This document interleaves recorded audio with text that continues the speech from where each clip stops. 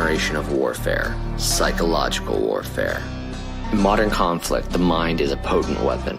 Discover General Michael T. Flynn's groundbreaking guide, The Citizen's Guide to Fifth Generation Warfare. Unlock tactics, strategies, and the mindset to navigate this cognitive battlefield that we all find ourselves in. Equip yourself against manipulation and emerge unscathed. Unleash your potential. Order now.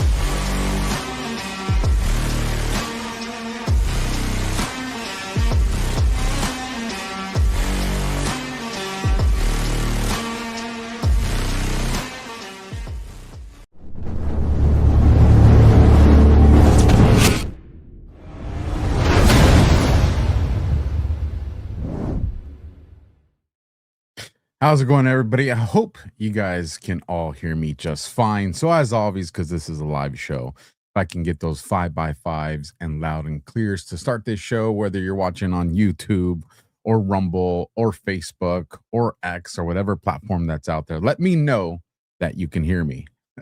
And I also want to be very upfront from the beginning of this show. I'm beyond exhausted. I've been up since 3 a.m. I'll talk about that in just a minute. So we're going to try to push through. There's a lot that happened over the weekend. There's a lot that happened today. So definitely there's going to be Alpha 1.0 and tomorrow Alpha 2.0. So we'll probably wrap tonight up around that 2.5 hour mark-ish. You guys know I like the ish when it comes to time. So there's that. Some of the things we're going to be talking about tonight. Well, this one of the big ones we'll be getting into tonight.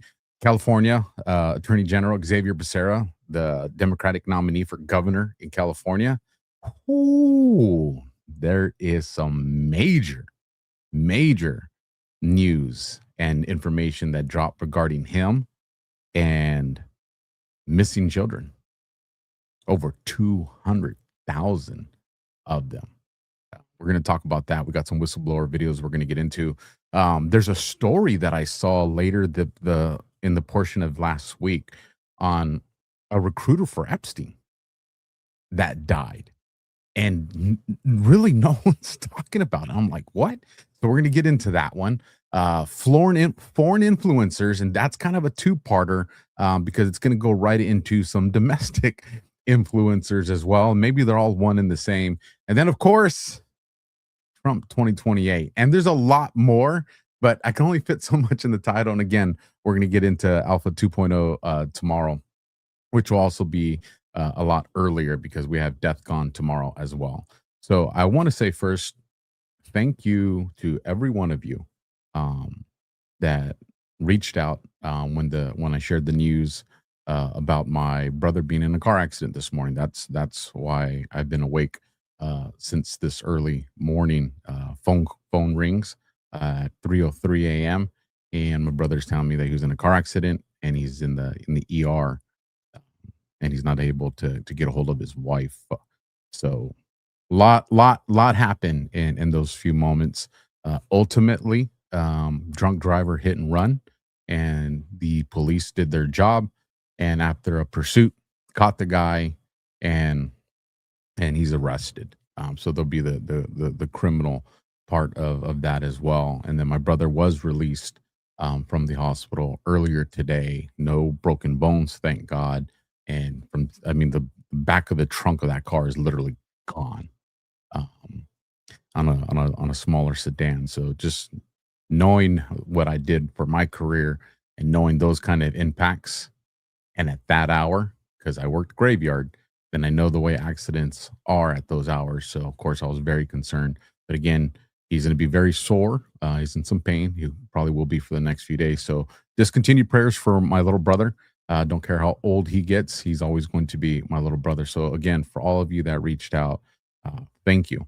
Those of you that I don't even know and that prayed for my brother, thank you. And even some very powerful people reached out and said my brother was in prayer. So just knowing that entire spectrum just really meant a lot to me. But I am exhausted, just to let you guys know. But we will push on, because when you're in war, bad shit happens and you got to push on. So I will do my best to lead by example Tonight, I just asked for a little grace and latitude if I make some mistakes or you just like, what the heck's up with Alpha tonight? I'm exhausted. So with that though, let's get into supporting a platform that supported my show and gave my voice a home when everybody else purged me. You guys know I'm talking about the good old Rumble wallet. We hear a lot about crypto, but here's the part most people miss. Crypto was created so that you could actually own and control your own money. After the 2008 financial crisis, Bitcoin was designed as an alternative to banks. So instead of a bank holding your money, delaying transfers, or limiting access, you're in control. And if you've ever had to wait for a transfer to clear, you've felt that problem. Now, fast forward to today. Everybody's heard of crypto, but getting started still feels a little bit complicated. That's exactly why I use Rumble Wallet. It takes all the complexity and it makes it simple. Choose what you want: Bitcoin, dollar-backed stable coins, or even digital gold backed by real gold. No complicated setup. It connects with MoonPay so that you can use your credit card, debit card, or bank and be up and running in just a few minutes. Once you're set up, you can even support your favorite Rumble creators like me directly. So do this right now. Again, like I always say, not later, not tomorrow, right now. Scan that QR code or click the link in the description and download the Rumble wallet. From there, you can set up your wallet, tap buy, and you're in the game. In just a few minutes, you can go from hearing about crypto to actually owning some. And I'll tell you, folks, some of you probably bought some fast food today, probably bought some of the devil's Starbucks. Some of you probably went and spent 5, 10, 15, 20 bucks. And like, I wish I wouldn't have ate that. I wish I wouldn't have drank that. If you had your Rumble wallet, if you download that right now, you could put $5 into whatever one you want, stablecoin or digitally backed gold, whatever. And before you know it, after months of doing that, you'd be like, dang, I accumulated a nice little sum of future protection here. So again, that's Rumble Wallet, folks. That link will be down in the description as well for those of you watching on other platforms that are like, I want to get me a little bit of that. You can. And of course, one of my all-time favorites, when we come back, it's showtime. Pet Club. You want to be healthy. You know I'm going to be sending him up, brother. I'm going to be shoving this stuff down his throat. We'll be back. Science proves that a healthy immune system is the body's first defense against the smallest of ailments to the most catastrophic. Coriolus versicolor is the most sought-after, all-natural supplement for both humans and pets to help boost the immune system. There are over 400 studies worldwide on its effectiveness in humans, including Sloan Kettering Cancer Center, MD Anderson Cancer Center, and now from the University of Pennsylvania School of Veterinary Medicine. Together, we can help reverse this terrible tide now plaguing your loved ones and give them the immune-boosting supplements that they need.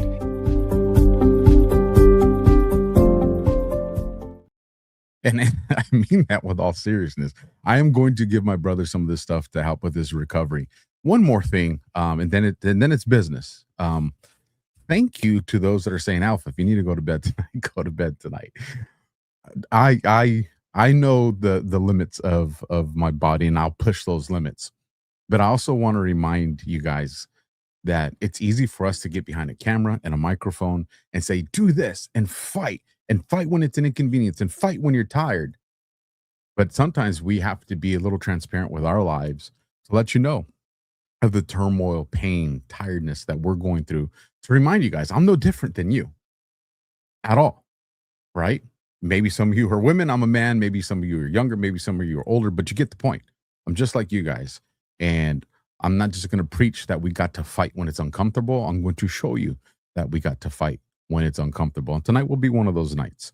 But I need this just as much as you guys. And again, we're fighting for our country. So I wanted to address that. So thank you guys. The next thing I wanted to address is, folks, let your family know you love them. Your mom, your dad, your husband, your wife, your kids, whether they're adults, whether they're too young and they don't even say words yet. Let the people you care about know that you care about them. Sometimes we just take it for like, of course you know that. Of course you know I love you. Of course you know I miss you. Sometimes we need to hear those words.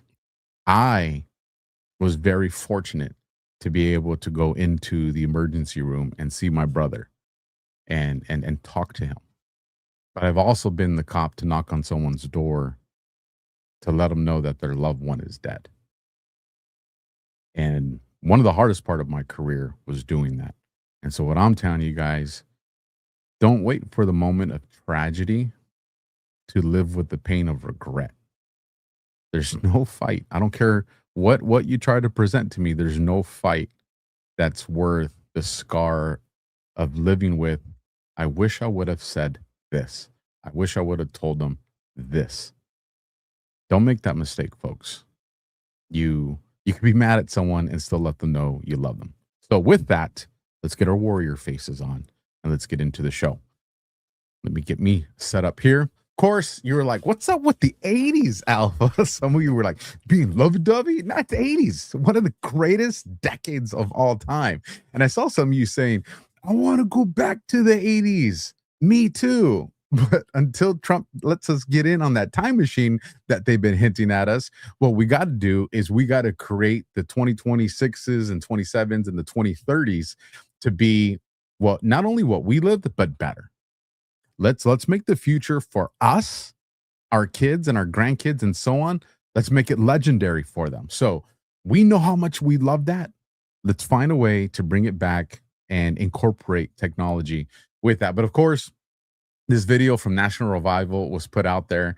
I was hoping it would have went more viral than it did. But nonetheless, I was going to share it with you guys because this is going to lead into a conversation we're going to have towards the tail end of the show, Trump 2028, right? So let's get into some other things. This one is just, gosh, speaking of what things were like back in the 80s and 90s, Matt Van Swole says, oh, this seems kind of insane to me. Kind of. It freaking is. When I was in school, a B+ was a 92 and an A- was a 93 to 95. Now, when I was in school, A- was the 90 to 93 range, 90 to 92 range, not as extreme as a 95, that 94, 95, 96, 97, that you had a solid A. But check this out. This is a Facebook post from a California parent. And the quote there, let me make this a little bit bigger for you guys, because you guys don't realize the correspondence I get from people. Alpha, can you make it bigger? I'm trying to take screenshots. Alpha, you got it too big. Can you make it smaller? It's like, God, you guys are just, all right. This ain't Burger King. You don't get to have it your way. Maybe sometimes a little bit. Those rumble rants definitely help. But this is what the quote says from this California parent. When did this become the recommended grading standard? I guess my child doesn't have to work so hard anymore to get an A. Let me read these percentages for some of you that no matter how big I make this, you're just too damn blind. An A, folks, 100% to 84%. Halfway, beyond the halfway mark in the lower 80s, and still a freaking A. It gets worse. 84% down to 64. 64% a B. From 64 to 44, a C. This was the failing range already. You had the 90s that were an A, the 80s that were a B, the 70s that were a C, 60, you hit 69 and down, you were in that D range. That's what it was. If you had a teacher that really felt bad for you or one of your friends, and you had a 69, maybe they ended up giving you like a C- just because, they liked you. You were just retarded. It wasn't that you were a bad kid. They felt a little bad. We're looking at a 44% to 24% a D. Now, for those of you that actually applied yourself in school, you don't really have to do shit to get into the 60s, right? You just pretty much show up to class, take the test, and that alone is going to put you in the upper 60s. This is insane. So again, for those, and again, this is a parent posting about a California school, but we know that these issues with the education system have ran rampant, and that's why I absolutely love, and I can't think of her name, who Trump appointed to the Secretary of Education, who she's doing her best to rid away, to get away from this. But again, this is how you destroy a culture, by camouflaging failure. Because let's just be honest. If you got a 64%, you should not have a B. If you have a 64%, you are in that the D, you're in the D range on that. So I'm not going to beat this one up to death. I think I've labored it enough, but this is just absolutely. Thank you, Linda McMahon. It's nice to have a very interactive audience like you guys. And shout out to the family over there watching on YouTube. You know what? If you guys can do me a solid right now in this show, since we did start a little bit late tonight, if you haven't done so already, push the heart, smash the thumb, and share this out there. Let's get as many people as we can into this show. And then if you want to go down, I know you guys are in the live chat, but if you guys want to go down in the comment section, ask me a comment, leave a comment. These things kind of help get the algorithm to be like, oh, everybody seems to be having a good time watching this podcast. Let's put it in front of a bunch of other people. So you guys can definitely help me by doing that. And it's free. Let's keep going. Election Time puts out, this is no joke. Republicans lead in the first ever poll for the New Mexico governor. You have Greg Hull at 45% with just about a one point lead over Deb Haaland. If Hull defeats Haaland, it would be the biggest upset of the 2026 midterms. I would say there's some other ones I'm looking at, but I get what they're saying here.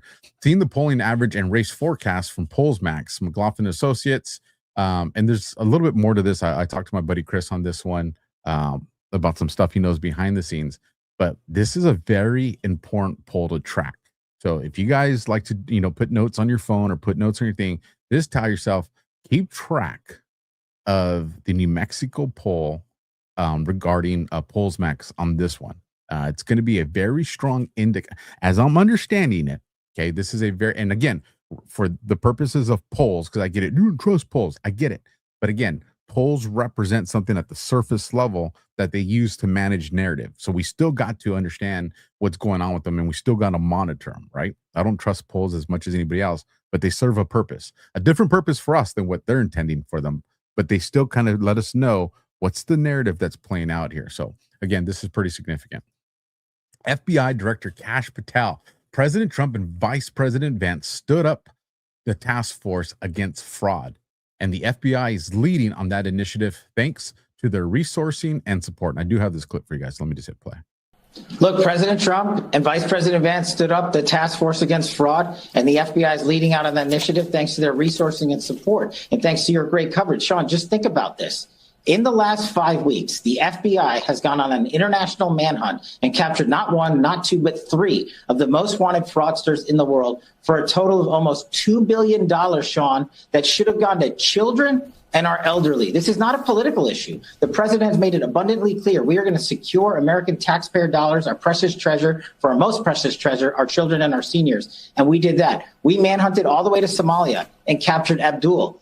We manhunted all the way to the Philippines and captured Kimball. And then we manhunted all the way to the Middle East and worked with our international partners and brought back Satari, who you just referenced, who was alone responsible for $547 million in fraud that was supposed to go to seniors. This FBI embedded, partnering with our great federal partners and our state and local partners, and thanks to President Trump's engagement on the global scale, partnerships around the world have never been better, which is why we are able to bring these fugitives back who have been on the run for years to America to face justice. And Sean, the FBI does all foreign transfer of custodies. We call them FTOCs. We send special assets out across the world to secure and apprehend these individuals. Sean, in the last 30 days, 27 FTOCs have been executed by this FBI. That means 27 fugitives, not just fraudsters, gang members, rapists, murderers, terrorists, narco traffickers have all been brought back to the United States. And under President Trump, Sean, that is a record for the FBI, and that is just 1 month. Oh, well done. Now, the record is important here, but more important than the record is something he said, and you guys have heard me say it before. The people committing these frauds, that's not the only crime they do. And he kind of said it there, and I wish he would have emphasized it a little bit more. But these people, they're the gang members, they're the cartel members. These are the same people doing weapons trafficking, doing narcotics trafficking, doing human child trafficking. We're going to get into that here shortly. So when this fraud task force takes these people down and people are like, yeah, but it's the money people. What about the human trafficking or the child trafficking? It is the same people. Just understand that. There are certain crime elements that are very specific to their craft. This is not that. And again, these cartels, these especially these larger gangs, they contract out those people. So again, you're still shutting it down. This is a big deal. And again, I am going to keep hammering the stuff that the FBI is doing, because a lot of them, my friends and associates out there want to push the concept that what's the FBI doing? They've been relentless against crime in this country and against people who have committed crimes in this country who have tried to escape, like you said, and we've snatched their souls and brought them right back over here to answer for what they've done. And I think more important than answering for what they've done is telling us who was involved with it and who put them up to it. But let's keep pushing on. I think we're going to make some good time. This, again, I told you so, right? Eric Dougherty puts out, just in, the U.S. Secret Service just caught a leaker in Vice President J.D. Vance's security detail, who may now face a criminal investigation. Good. The agent suspected of leaking is now placed on leave, and an internal investigation will ensure, per the NYP. The leaker apparently was the source of a liberal media story that Vance's security detail is fed up with his travel. Secret Service, a member of Vice, and again, this is a quote from Secret Service, a member of the Vice Presidential Protective Division is the subject of an administrative investigation and potential criminal inquiry involving allegations of compromising operational and information security. No tolerance for any leakers. You guys have heard me. I just, this is one of those ones. It's not all about vindication. I get it. But sometimes I need it too. I love this because one of the things I've been screaming before anybody was talking about it was RICO and leak operations. If you guys have been following me, you know we've been talking about that before anybody else was talking about that. And now that the mainstream is trying to pick that, or alternative mainstream is picking that up, I'm like, you heard it here first. And the reason it's important to hear it here first, because it means that we are months, if not in some situations, a year or even years ahead of the other people out there trying to do assessments. Now, why is this important and how did this happen? With these leak operations, and again, we have Secretary of War Hegseth, was it 2 weeks ago now? They came out and said, literally the day after I brought up leak operations, I said, listen, the DOJ and the military are doing these leak operations together.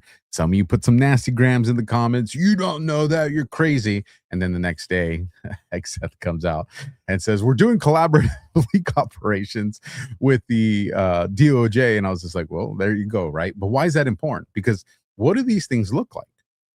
When you suspect, and this, why do I spend so much time talking about leak operations? One, because we have I'm very grateful for this, but we have a rapidly growing audience, which means we have a lot of people that may have not have heard it. And two, it's important for us to refresh it. And it's important to make sure that I understand that I'm explaining it in a way that's digestible to where you can go and then explain it. Because it's no point in the conversation just dying between you and me.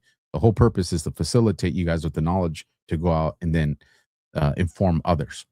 So let's get into, what did this potentially look like? For those of you who don't know, I have a background in law enforcement and military, and specifically in law enforcement that came from running large-scale operations. When you know you're getting ready to move to a new phase or a new situation in that operation, you have to make sure that the OPSEC is calibrated again. You got to make sure that if there's anyone that you missed, that you got to get them now before you go into the next threshold that's going to have probably even more top secret or classified information, or a phase that's going to introduce names that people don't know about or collaborations people don't know about. So you got to make sure everybody's good, including the people that protect you, like Secret Service. So JD Vance can then go and get a Secret Service agent that he does trust. And again, I'm presenting a hypothetical that I think is probably exactly what happened. You catch my drift, wink and a nod.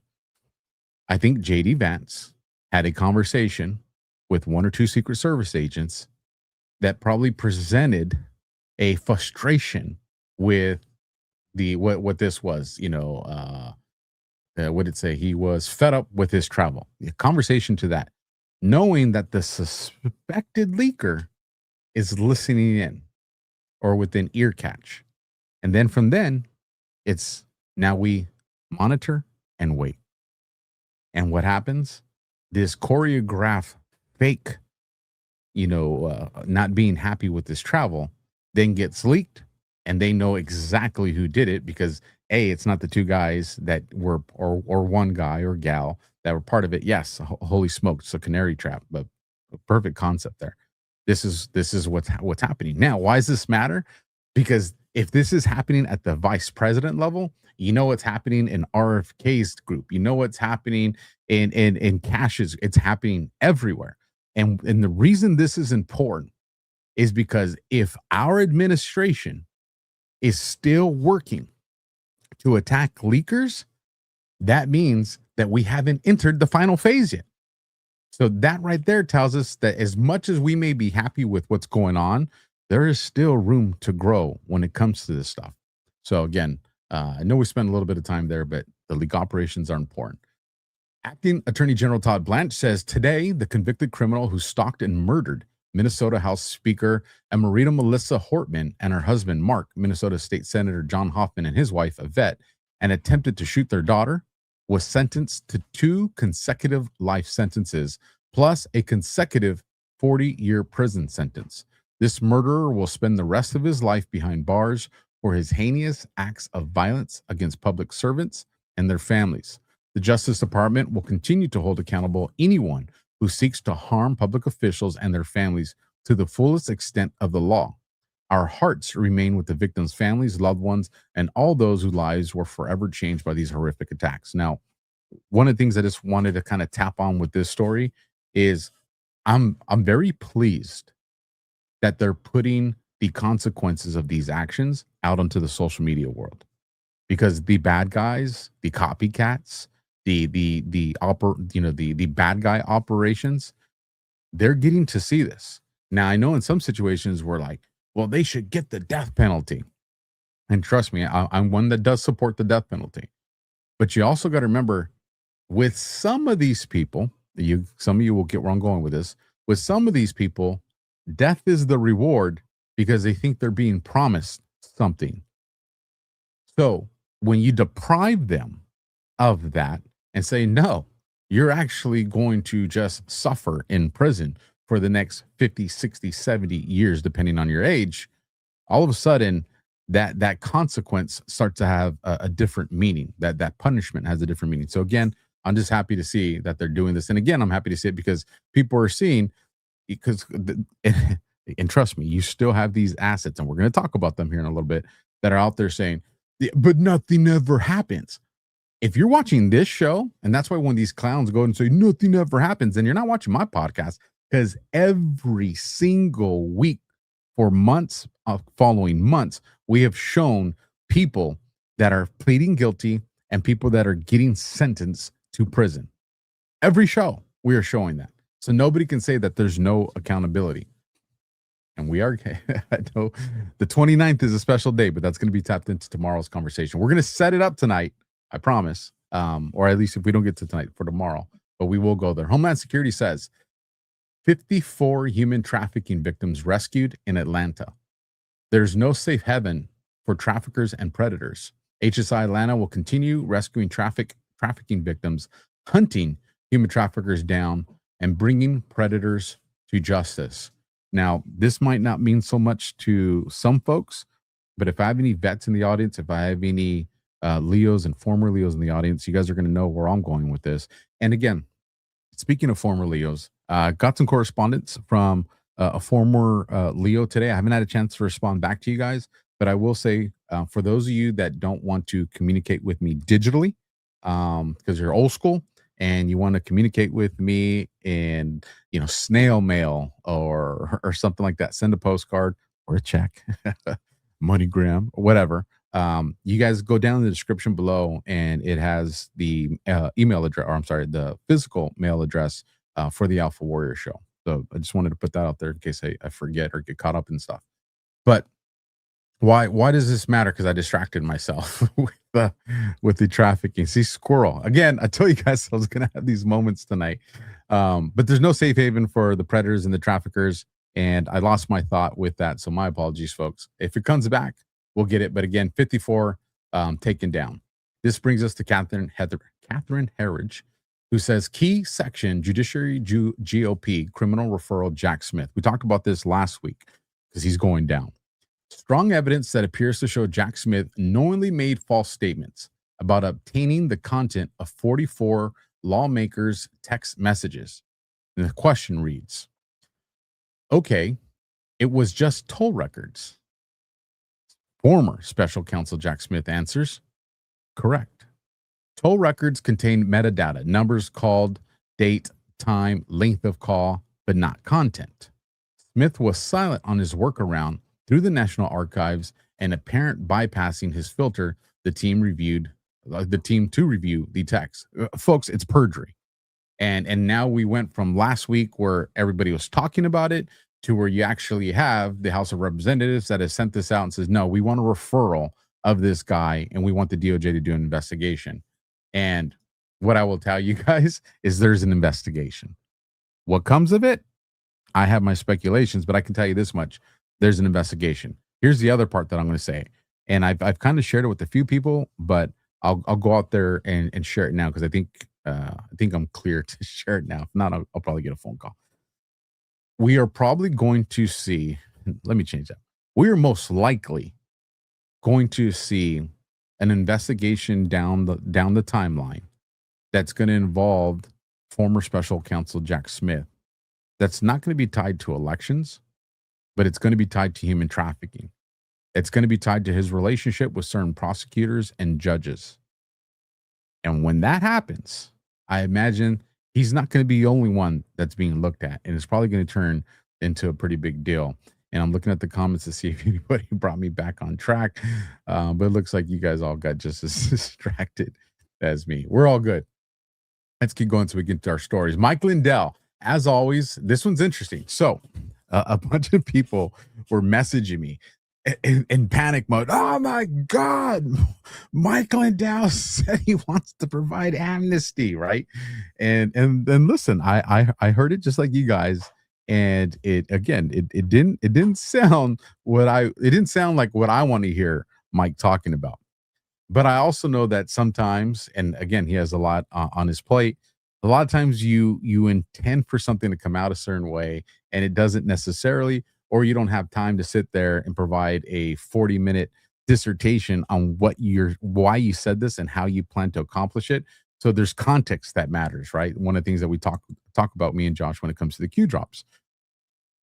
But I said, I'm going to wait because this is going to generate follow-up.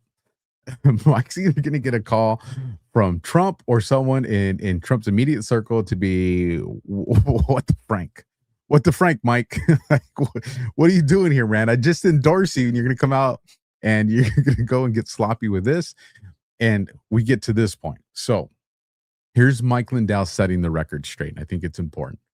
As always, I stand with President Trump and fully support his policies to deport illegal aliens from the United States. Immigration law is a complex issue. Some of my comments have been taken out of context about guest worker visas in which people take seasonal jobs for a few months. I absolutely do not support amnesty. That is fake news.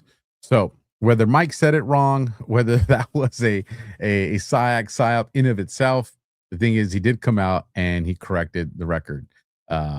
Keshan says, Alpha, you got distracted talking about Leos. Oh no, it was just the Leo part I got out there. It was saying something before I got to that part. But again, that was just a test. I was just trying to see if you guys are paying attention. Fail, everybody.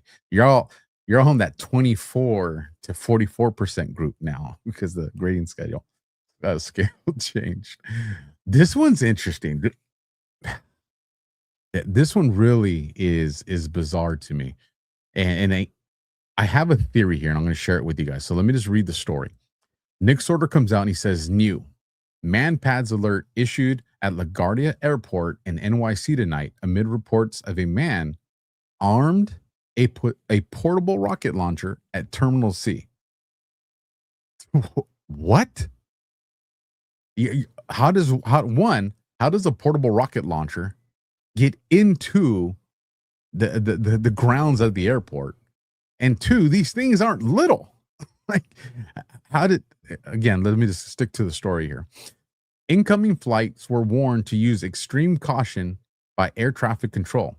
And then rather than read this, let me just play this because I believe this clip has the audio if I got the right one. All right, Delta 2604, LaGuardia Tower. Wind 210 at 10, runway 22, clear to land. Man-pad alert issued at LaGuardia Airport at 0027. Use extreme caution. All right, clear to land, runway 22, Delta 2604. And could you explain what a man-pad is? Yeah, that's a man-portable air defense system. Yeah, it's basically it was a report of a rocket launcher. Okay, where was that? There was a report by the Port Authority Police. They said by, I believe, Terminal C. We had conflicting reports, but nothing has been an issue as of yet. Okay, Delta 2604, thanks for the information. You're welcome. No need to respond, Delta 2064. Port Authority Police reported it was non-credible threat. Delta 2604, thanks. I like the way it ends, but you don't usually put out an alert like that unless there's something. So again, this is my speculation. I'm sure there'll be an update that'll come out on this. I think what it was probably either one that was deemed, to where it was ineffective. One of those things you can kind of get at gosh, my brain is not working tonight. Where you got all the old military gear. You guys will help me out with that one, right? Somebody got it from a collector, somebody got it from this thing and was like, oh, this shoulder fire thing's really cool, and was out there messing with it. Somebody saw it and reported it. Please go out there and say, what are you doing, dummy? And he's just like, no, man, it's like this thing doesn't work. It's a prop, or and I'm still waiting for one of you guys to come in clutch to save me what the hell those things are called. Reading Lima Charlie. Well, at least you guys are coming in correct on me. It's like a secondhand store, but for military, it's called something specific. And military surplus, Project Cheney, over there on YouTube. YouTube beat you, Rumble. YouTube beat you. They got to it first. All right, they came in clutch first.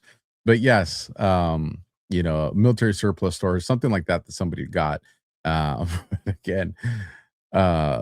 That's kind of pilot. I want to be on that guy's plane, or Army surplus. Yeah, that I'll give you that one, Illinois Danny. But that pilot, that's the kind of those are the kind of people that I like, because it reminds me of the cop days. Right, we're sitting there, we're eating nasty dinner at a nasty Panda Express, and the radio call comes out into our ear. Subject at the jewelry store armed with a gun, and you tell your partner, all right, let's go, and everybody's just chill. You leave the restaurant, right? A little sense of urgency, but nobody knows, right? Because you're just being so cool and professional, like that pilot was just like, what was that? It's shoulder fired rocket launcher. Like, all right, keep an eye out for it. It just, I don't know, man. Meanwhile, he's putting a little thing, buckle your seatbelts. There might be some turbulence as we make some advanced maneuvers coming into Terminal C, folks. And everybody's just like, oh, it's turbulence. Just, you never know, right? All right, I'm not going to freak people out. MJ Ultra puts out, holy crap. Trump says, thanks to Google's AI data center in Georgia, they will be able to completely eliminate all property taxes. Some of you like it, some of you hate it. But here's an interesting positive outcome. So take a listen. Incredible to look at, to see that we could do something like this, but they also throw off tremendous amounts of money for the community. And when you look at Georgia and you look at the revenue, think of that revenue from Google's data center construction, allowing them to eliminate all property taxes. Did you know that, Brian? That's not bad, right? So thank you very much. Great job. That's a great job. And you probably had some negative stuff, a little heat. Oh, we don't want a data center. Usually those are the people that actually want them, and they'd like you not to build them. Because you know what? If it doesn't go to you, and if it doesn't go to Georgia, as an example, it's going to go someplace else. And those people are very happy to get them, too, the smart people. The smart people. Listen, Trump's words, not mine. But if you're against the data centers, Trump just said you're a little, right? That's what the boss said. Folks, you guys heard me talk about them at length. There's I'm not going to discount people's concerns because I get them. But I think a lot of the concerns, especially if you've watched my show, when you actually research them, they're no longer concerns because you're like, oh, I see what's going on here. People tell me all the time, oh, no, but there's water shortage in that area. I say, okay, go research the cause of that water shortage, and you're going to see it's not the AI data center. Oh, no, it is. It is. I said, okay, come back and let me know. And what happens when they come back? Oh, no, they were diverting it to this reservoir and this. I said, yeah, but the media didn't capture that story. Why? Because they wanted, it's narrative wars. And so again, there's and I'm not going to rehash the AI data center. We've covered it enough on these shows. But again, eliminating property taxes seems like a pretty damn good thing. That takes us into this next post by Secretary Sean Duffy. Watch. We just launched a new campaign to get illegal alien truckers off our roads and veterans on them. It's called Freedom Haulers. This you guys are like, this is so freaking cool. Veterans average 42% fewer accidents while driving 98% more road miles. Ain't that freaking impressive? Here's what Freedom Haulers get. Make up to 6 figures. That's right, ladies and gentlemen. Make your own schedule. Medical benefits, sign-on bonuses, training costs covered, hit the road in a few weeks. Folks, I just want to tell you guys it's been a joy doing the podcast for y'all. But you're going to see me driving one in over-the-top semi-trucks. I'm changing careers. How's anybody going to say no to that? Drive the beautiful country of America, right? Be arguing and debating with people on my virtual town halls, aka X Spaces, right? Who's gonna say no to that? Y'all just got me twisted, right? An awesome deal, but even more awesome than this deal is check out this Moto commercial. Are you a veteran and not an illegal alien? Did you drive things like this? Or this? Maybe even this?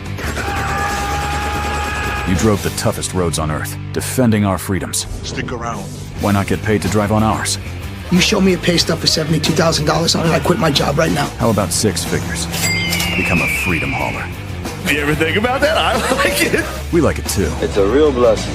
And we're blowing up fraud. We want you on the front lines. Your road, your rules. Make your own hours, your schedule. You sure about that? Oh, we're sure.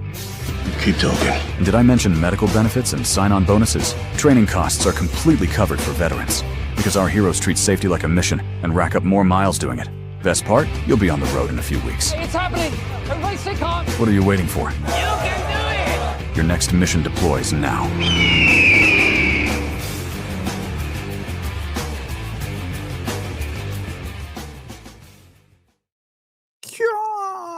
Like, come on, that was bad. You know that was badass. Who's ever in charge of marketing over there at the White House, you know, I salute you, right? I salute you. It's got to be someone that I know right now, whoever it is that is running the marketing team for this White House is somebody that I could drink beers with and just talk shit. Like, you can just tell those are my people. Like, it's just there. Again, this is awesome because it gives our vets purpose. One of the things, I won't say the only thing, but one of the things that leads to this unacceptable number of veteran suicides is when vets lose purpose and they start to, develop issues and then go to the VA, and the VA is doing a good job of trying to fix this, but there's a lot of work that needs to be done because then they get stuck on opiates and all this other stuff. And again, it just leads to a dark path. And we have this unacceptable number of veteran suicides. You tell a veteran that you're going to put on that freedom load, something that community needs in a supermarket, or something that Costco needs to make sure we got tires and brakes, and they have purpose. This is a big deal, folks, and I'm just happy about it, and I hope you guys are too. BRICS News puts out just in, Russian Foreign Minister Lavrov, to meet U.S. Secretary of State Marco Rubio tomorrow to discuss ending the war in Ukraine. Now, you guys have kind of heard the scuttlebutt that's come out of this, but again, it's still signaling. So whether you think that this is just buying time, if you think, well, they said that Russia's going to come in and invade, of course they did, because you just had the foreign minister meeting with the Secretary of State. Like, of course, people are going to try to go out there and rug pull that narrative because they don't want to see a success story come out of it. But, again, this meeting's taking place. It's my interpretation, all right? It's my position that in late 2027 to early 2028, we're going to be in some type of conflict with the deep state portion of China. Before that happens, Iran and Israel have to be secured, and Russia and Ukraine have to be secured. These are my markers that I'm looking at. And if I need to change them, I will at some point.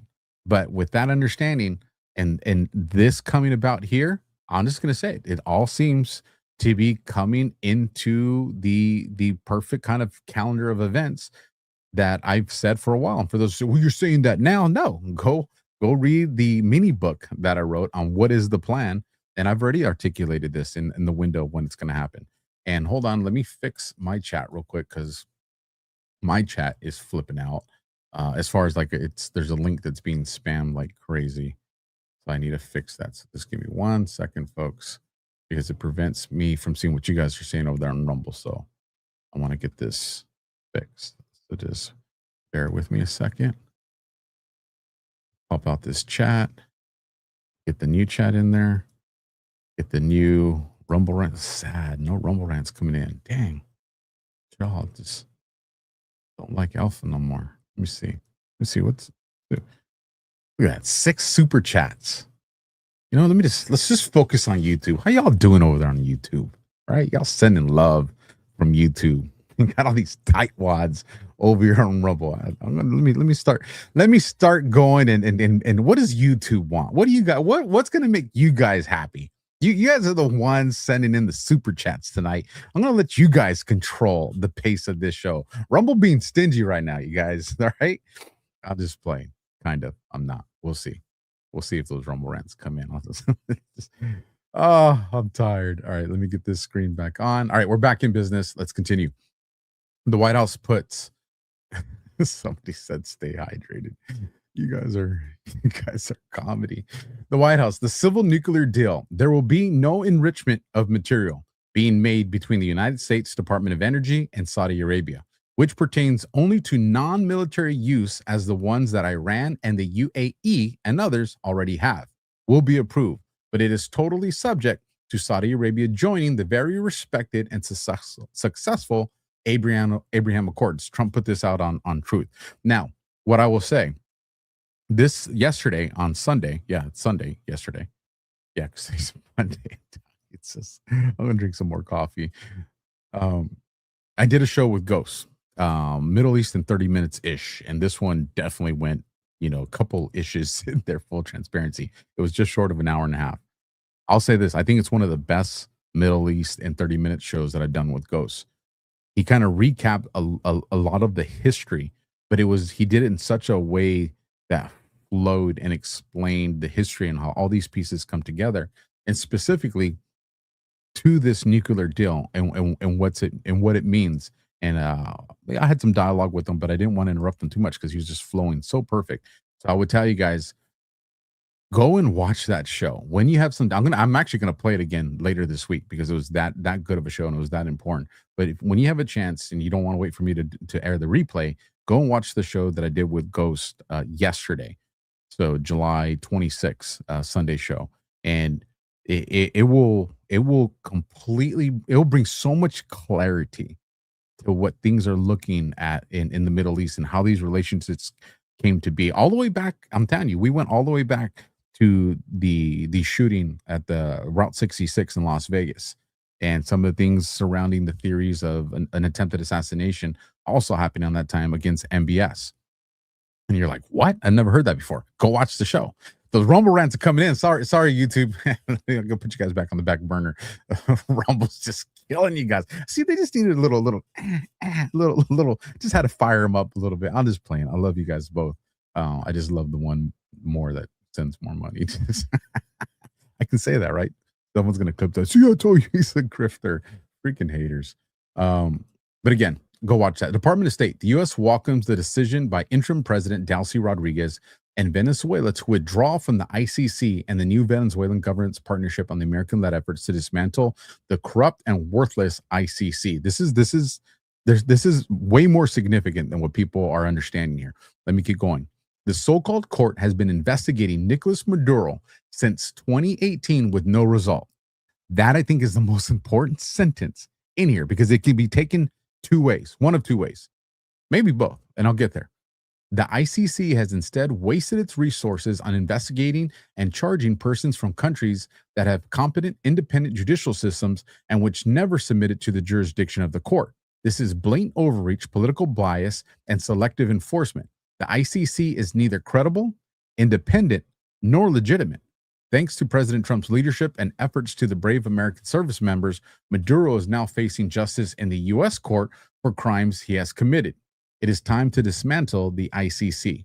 The U.S. calls on all members of the ICC to withdraw from the Rome Statute.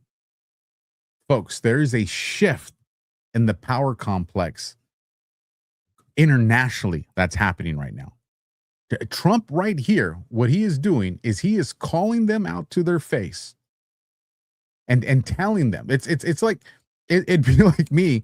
Like if there's another podcast live here and I just go jump in their chat and I say, this podcast sucks. Y'all need to leave this podcast. I'm live over here enjoying my podcast because their podcast sucks. Like that's a declaration of war right there.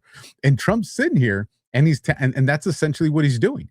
He's saying, look, these guys, one, they're not independent. And we all, I think, agree on that. They're controlled by the deep state apparatus. Of course, they're not legitimate, and I'm fixing this thing because it went haywire on me again. So, sorry, folks. This is what we got to do when it's live. So, but you guys are always patient. So, okay, I got it fixed there again. But again, it's not independent. It's definitely not credible. But the fact that Trump's coming out there and telling people to leave, like that, he is publicly throwing punches. But I want to go back to the sentence that I told you could be taken one of two ways. He says the so-called court has been, in quotes, investigating, into quotes, Nicolas Maduro since 2018 with no result. Now, this can be taken as in, well, because there was nothing to find, right? Which means, well, then why'd we go and snatch Maduro up, right? And it was that based off, false or fractional intelligence that was given to us? That's one way to look at it. The other way to look at it is he is the criminal that is being articulated to us right now. And this ICC was the institution to protect people like Maduro and others. And now we're saying, no, we're going to go snatch these souls up from the beds of the countries they sleep in, and we're going to bring them here. They're going to answer for the things that they've done to America or our allies. So either way, it's a significant statement. It's still something that's important. I think I saw what resembled a compliment in the chat. So let me say, let's see. Dusty Sky says, time and attention for money. We're all prostitutes for something. Oh, let me screenshot that comment. I'm going to post that. I'll post that on social media real quick. Hold on. Sorry, folks. That was just too funny.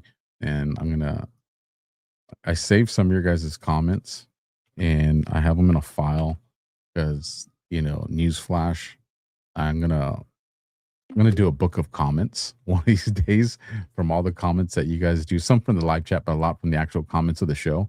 Some of you guys do comments. I'm like, were you watching the show I did, or were you watching something else in comment here? I was just like, I don't know where you came up with that. And then there's other times where sometimes you guys will leave a comment, and I'm on 2 or 3 days binging on research because you provided me a puzzle piece that I was looking for and I couldn't find. And you guys become like my BFF and you don't even know it. But just so you guys know, I'm actually, hopefully in the, 2 or 3 years, maybe even sooner, depending on how many I find, I'll have this AlphaWarrior book of comments from the very beginning to whenever I make it. So something to consider if you guys are like, what should I do a comment? Maybe you make the book. So let's keep pushing on. All right. So that kind of brings us up and covers all the news. There was some news that broke today on some other stuff, but we'll cover that tomorrow because I do want to get into some of these themes since we just hit that 1 hour mark. But before we do that, I'm going to go big screen with me and take care of one of our Rumble ads right now, if you guys will allow me, the kids guide. And you'll see a QR code that populates on your screen right now. If you got a dog at home, and I know most of you do, you already know that they're more than just a pet. They're part of the family. They're your best friend. Well, it turns out America's founding fathers felt the exact same way. George Washington, Thomas Jefferson, and several of the men who helped build this country all had loyal dogs by their side. Some even traveled with them during the Revolutionary War and were there for some incredible moments in American history. When I found out that, I thought, that's actually a really cool way to get kids interested in history.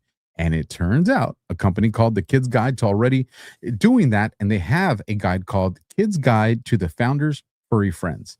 And it shares the true stories of the remarkable dogs that belong to America's founders. It's beautifully illustrated, easy for kids to enjoy, and it teaches them about the people who shaped our country through the stories of the companions they love most. Let's be honest, getting kids excited about history isn't always easy, but tell them that they're about to learn about George Washington's dog, and now you got their attention. I thought it was a genuinely clever idea, and if you got kids or even grandkids who love dogs, I think they'll have a lot of fun with it too. They're running a special offer right now that includes the Kids Guide to the Founders' Furry Friends and some other freebies. If it sounds like something your family would enjoy, just head on over to freeusadoggift.com. That's freeusadoggift.com, and you'll see that link down in the description as well. Let's bring it back to here, and let's get into our first story. Folks, where did it start? So yesterday, and let me make sure we're good. Okay, we are good. I did get a signal alert on YouTube. So if I get some 5x5s, you guys over in the YouTube chat, just so I can know you guys are hearing me. It looks like it's fine now, but you guys know me. I get paranoid when I get those alerts. But this went down yesterday, the 26th. Steve Hilton, for those of you that don't know, running for governor over here in California, endorsed by Trump. Some people are just not happy about that. I trust the president. And, you know, we'll see where it goes, right? An endorsement today doesn't always mean an endorsement tomorrow. You can ask John Cornyn about that, right? Everybody panicked there too. But Steve Hilton puts out yesterday, tomorrow, the truth comes out. And and the 5x5s are there. All right, solid. So now let me get this video up for you guys. This is the video. We got a couple of videos that are here. This, I'm telling you folks, let me rewind a second real quick before I play these videos. Zoom out real quick and remember the totality of everything going down right now in Cali. Okay. You have both the Knicks coming to California doing their investigations into the fraud. You have that going on. You have the woman that was working under Newsom and Bonta that was wearing a wire, and she comes out into the campaign fraud. That's going on. You have Newsom come out and say, oh my God, Trump's got the DOJ looking into my wife and all this. That's going on. So just remember, there's a shitload of investigations going into the upper echelons of government in Cali. Okay? And it all started, I won't say it started, but it all got kicked off. The firecracker was Spencer Pratt. Now, with all that, now we're here. And this subject right here is going to light a fire here in California. No pun intended. So take a listen to this video right here. And again, Steve Hilton puts out, this was yesterday. Tomorrow, the truth comes out. Tomorrow being today. And I'm going to show you guys what came out today. But let me show you this video first. You're trying to help and you realize that you've been fooled and you've been used to traffic children.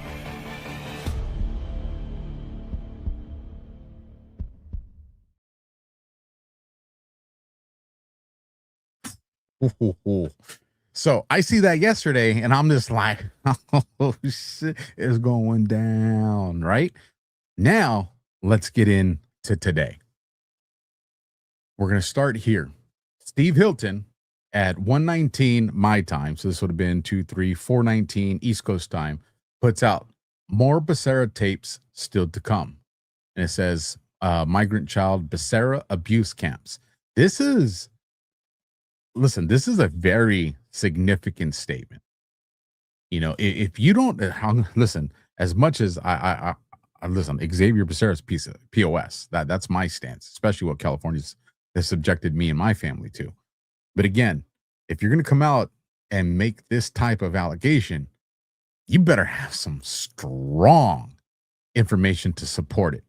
And again, I do believe that this exists. And again, this goes back to Spencer Pratt, you know, a few weeks ago when he says, got some stuff we're going to drop on your, these guys know. And I think there's a communication.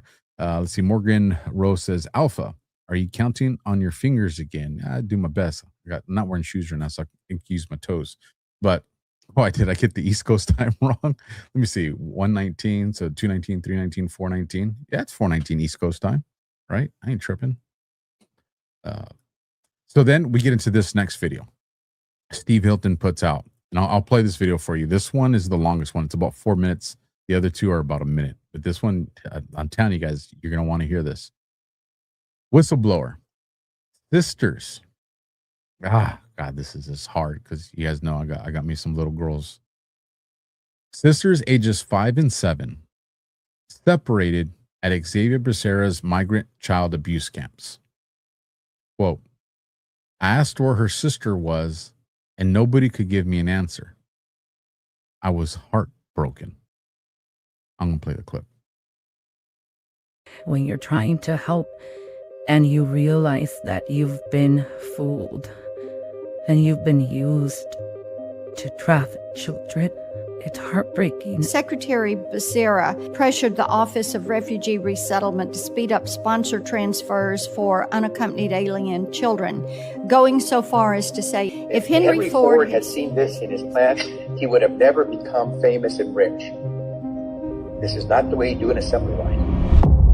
What was the unaccompanied children program for those who are not familiar? Migrant children that were crossing the borders that came unaccompanied with no parents were being sent to 3 different places here in California. When the minors came into the facilities, we would find out where they were going. They were detained there until whoever were claiming these kids were vetted. However, the vetting was not proper. So we were sending children to multiple addresses. We were sending children to the same addresses on multiple occasions. I mean, it was a complete joke. So a child crosses the border without any parents or guardians. They're just alone. They're brought to a facility like the one you were at. The child needs to be placed with a sponsor who could be a parent or guardian, or it could be somebody totally unrelated. But somehow or another, you need to do a vetting process to figure out, is this sponsor actually the person that they claim to be? Could you explain what that vetting process was like? They were coming with marks of Sharpie on their arms saying, I'm going to this address, or I am this age and I am going here. Please call. And then they would have a number. At times they knew, but then they didn't know. For instance, I'm going to see my Aunt Mary, but I've never seen my Aunt Mary. I've only met her through the phone, that type of thing. Then we would call the sponsor and say something like, hi, my name is so-and-so. Are you expecting a minor? And then we would give the name, and then they would say yes. Sometimes they didn't even know the name of the child. We would ask for their address. A lot of these people did not have proof. We still have no proof that the child went to that address because we couldn't do any follow-up or continue with the case or see welfare checks. We were not allowed to do that either. Was there any sort of checking of identification of these sponsors? The checking of the IDs were none. We would get IDs that you can tell they had been falsified. These pictures were like selfie pictures.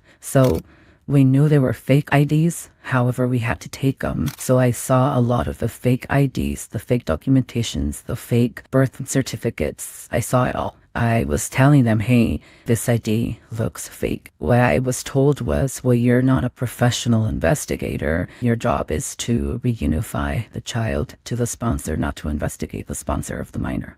Taking documentation with people sending selfies is not vetting properly.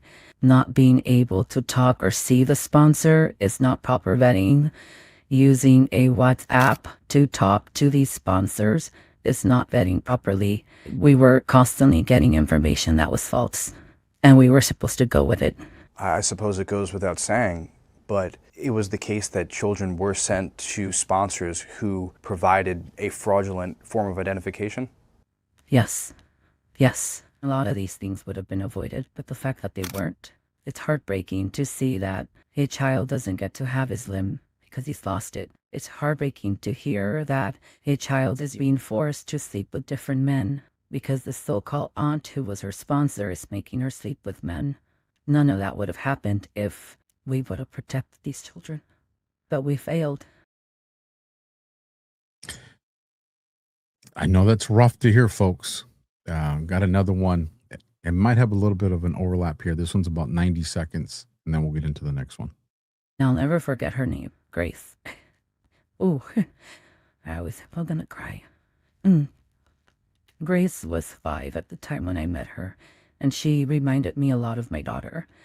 I didn't know why she was crying, so I remember getting on the floor with her, sitting next to her, and asking her what was going on.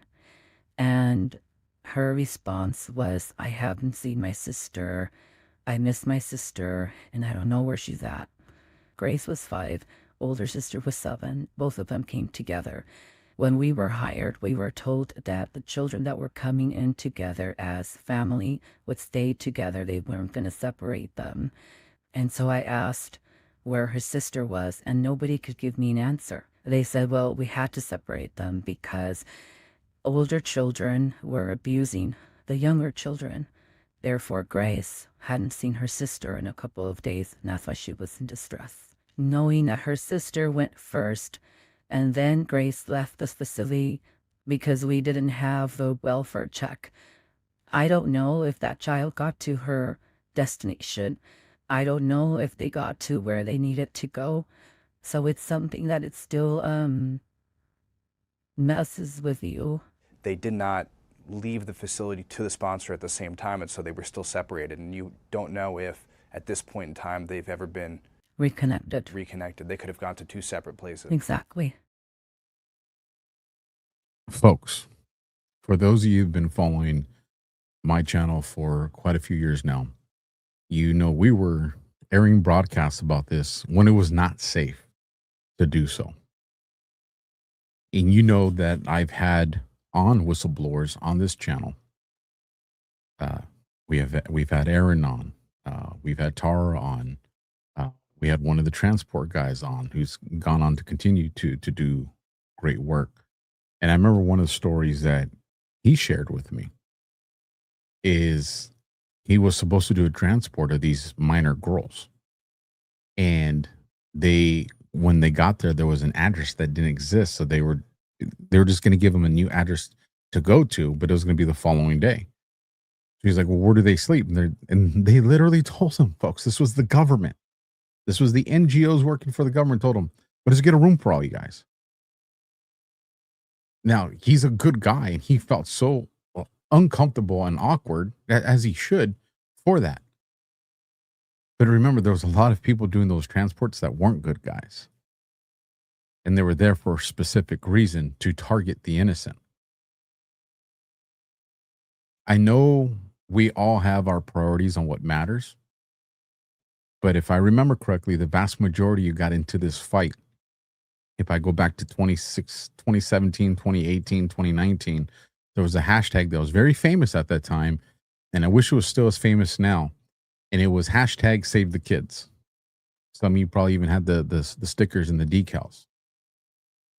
I want to remind you guys of that fight because it's still going on.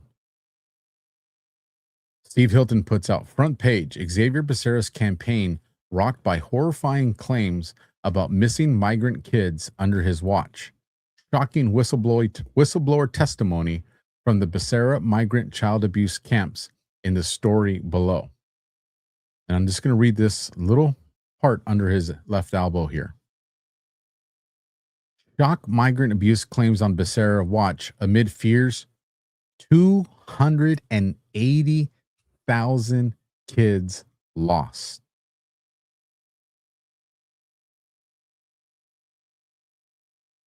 The number for all of the United States under Biden was 340,000. Now we just got wind of 280,000 just in California.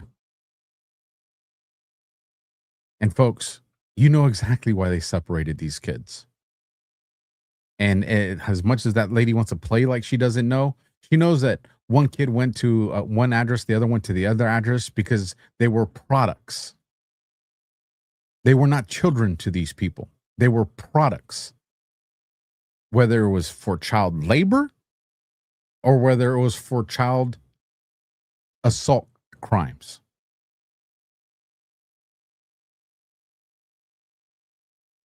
Folks, that's as real as that gets. And it just wasn't California. Any state that has a major port is going to have this issue. But again, we're talking about it here.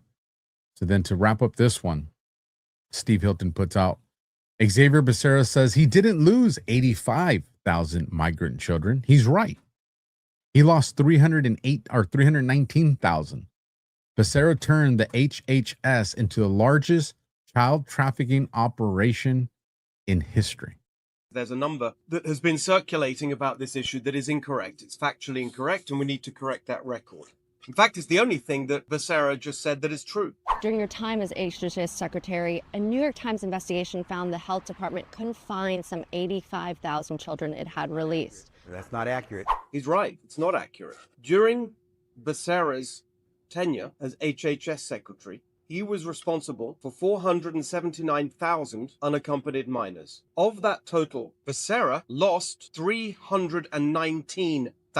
319,000 unaccompanied migrant children lost by Becerra. Of those, 140,000 are still missing. Most of those are under 13 years old, and they are still missing years after they were in Becerra's migrant child abuse camps. Becerra turned HHS into the largest child trafficking operation in history.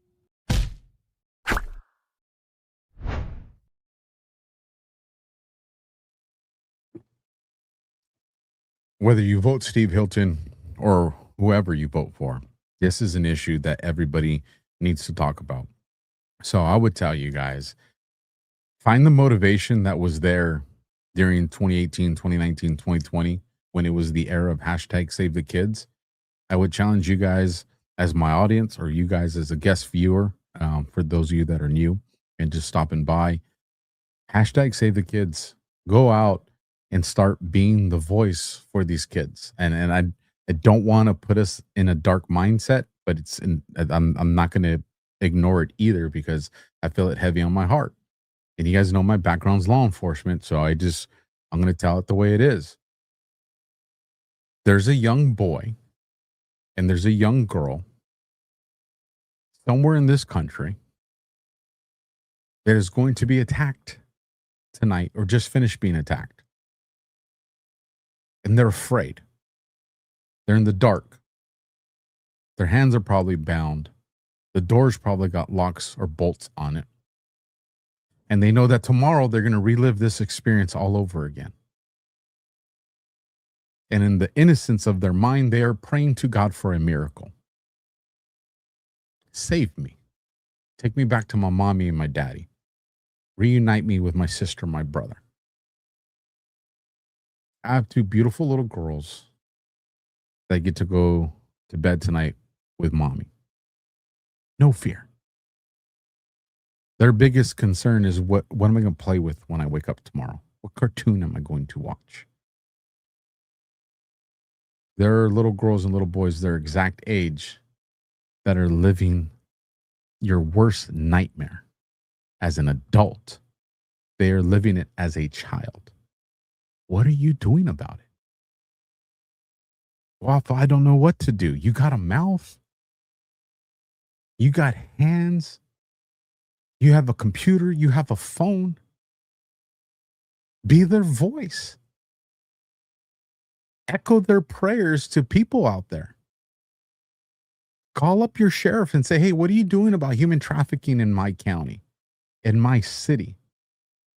Call your senators and say, hey, what are you doing? How can we help California find these kids? If what you heard in the last 15 minutes made you angry or hurt or both, then my call to action to you is, what are you going to do about it? Some of you are probably going to go to your room right now and look in the door and make sure your kids are okay, and they're going to be okay. And thank God for that. But what are we going to do as patriotic Americans to continue to fight for these kids that are being trafficked? regardless of whether they're Americans or not. That's irrelevant when it comes to kids. What are we going to do to fight for them? And for those of you that are like, I don't know what to do, I'll tell you right now, be their voice. Echo their prayers. Start there. And I promise you that if you call upon your creator for guidance, you will get that guidance.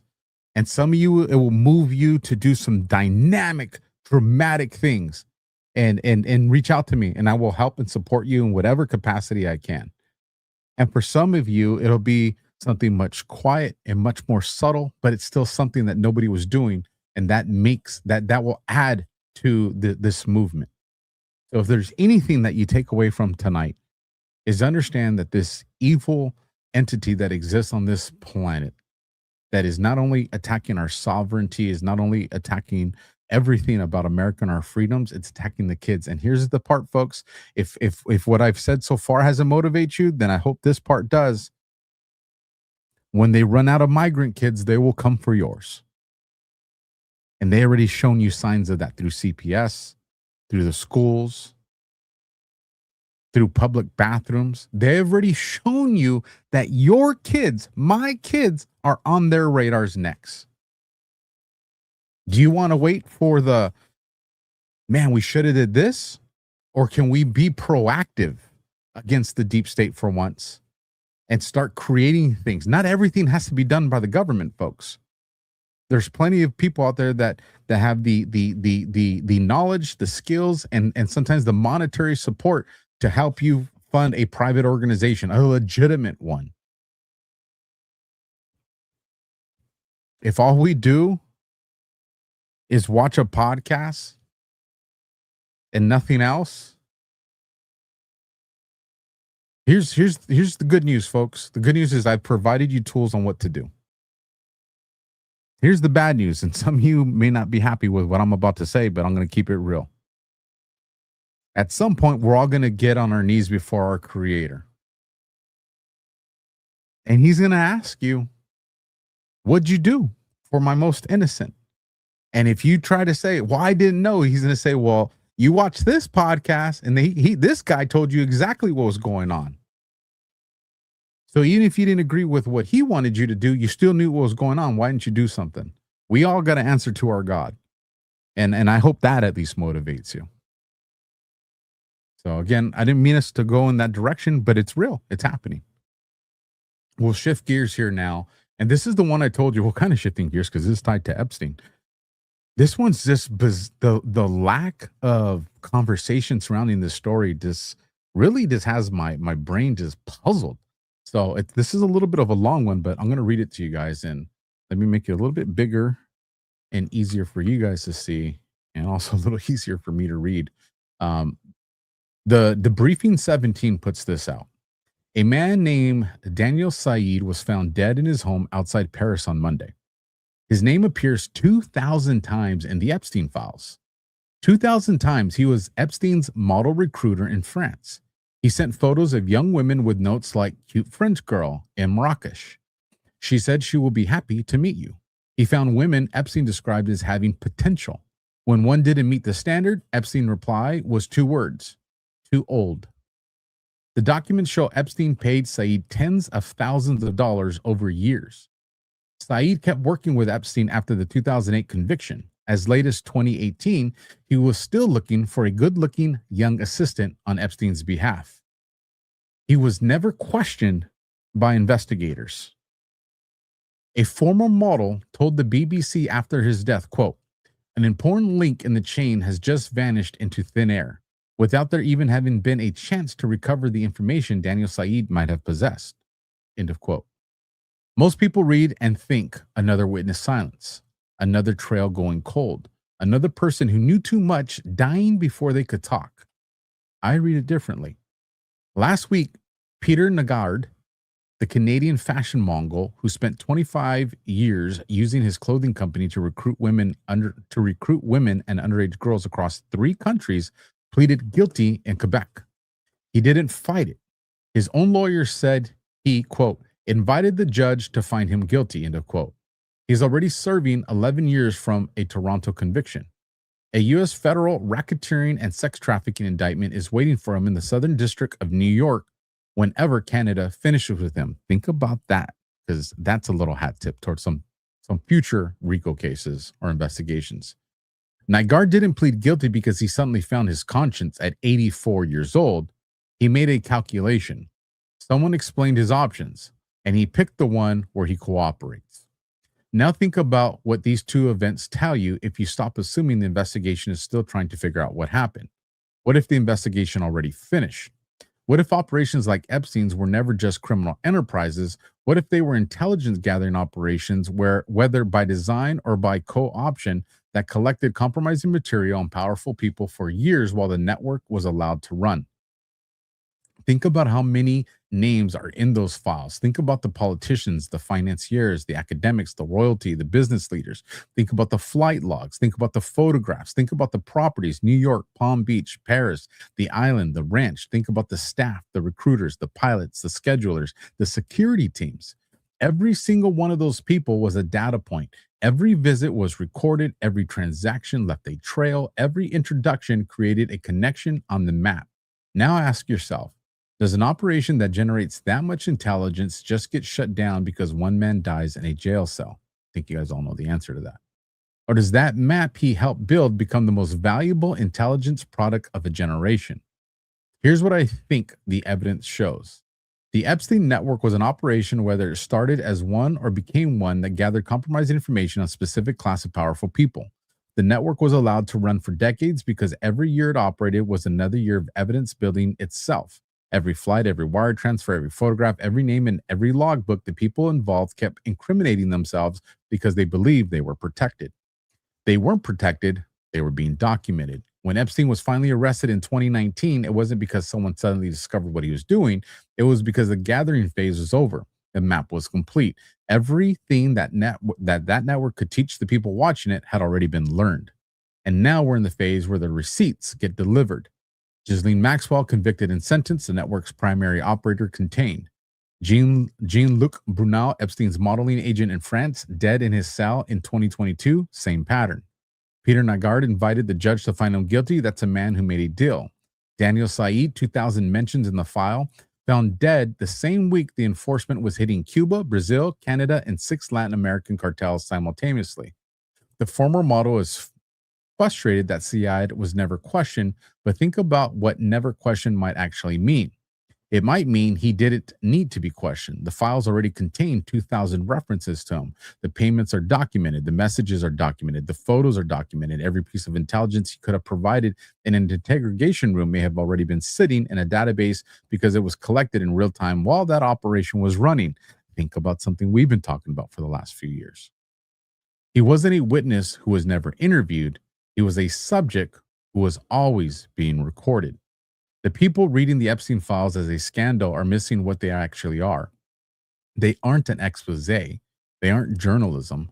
They're a government disclosure of an intelligence product. The DOJ didn't accidentally accumulate 2,000 references to a Paris model recruiter. That's not a filing error. That's a collection operation that ran for years and produced exactly what it was designed to produce. And now the product is being used, not all at once, not in a single dramatic reveal, sequentially. One operator at a time, one guilty plea at a time, one death at a time, one file release at a time. Each one turns the pressure up on everyone connected to the next name on the list. The people who thought they were clients were actually targets. The people who thought that they were protected were actually surveilled. The people who thought that the operation died with Epstein are watching it come alive. The gathering is over. What you're watching now is what they do with what they gathered. I'm the guy on the couch, and you've been debriefed. One of the reasons that I love this article, let me just make sure. Catching up on a message real quick, folks. Let me just make sure it's not something too important. Okay, we're solid.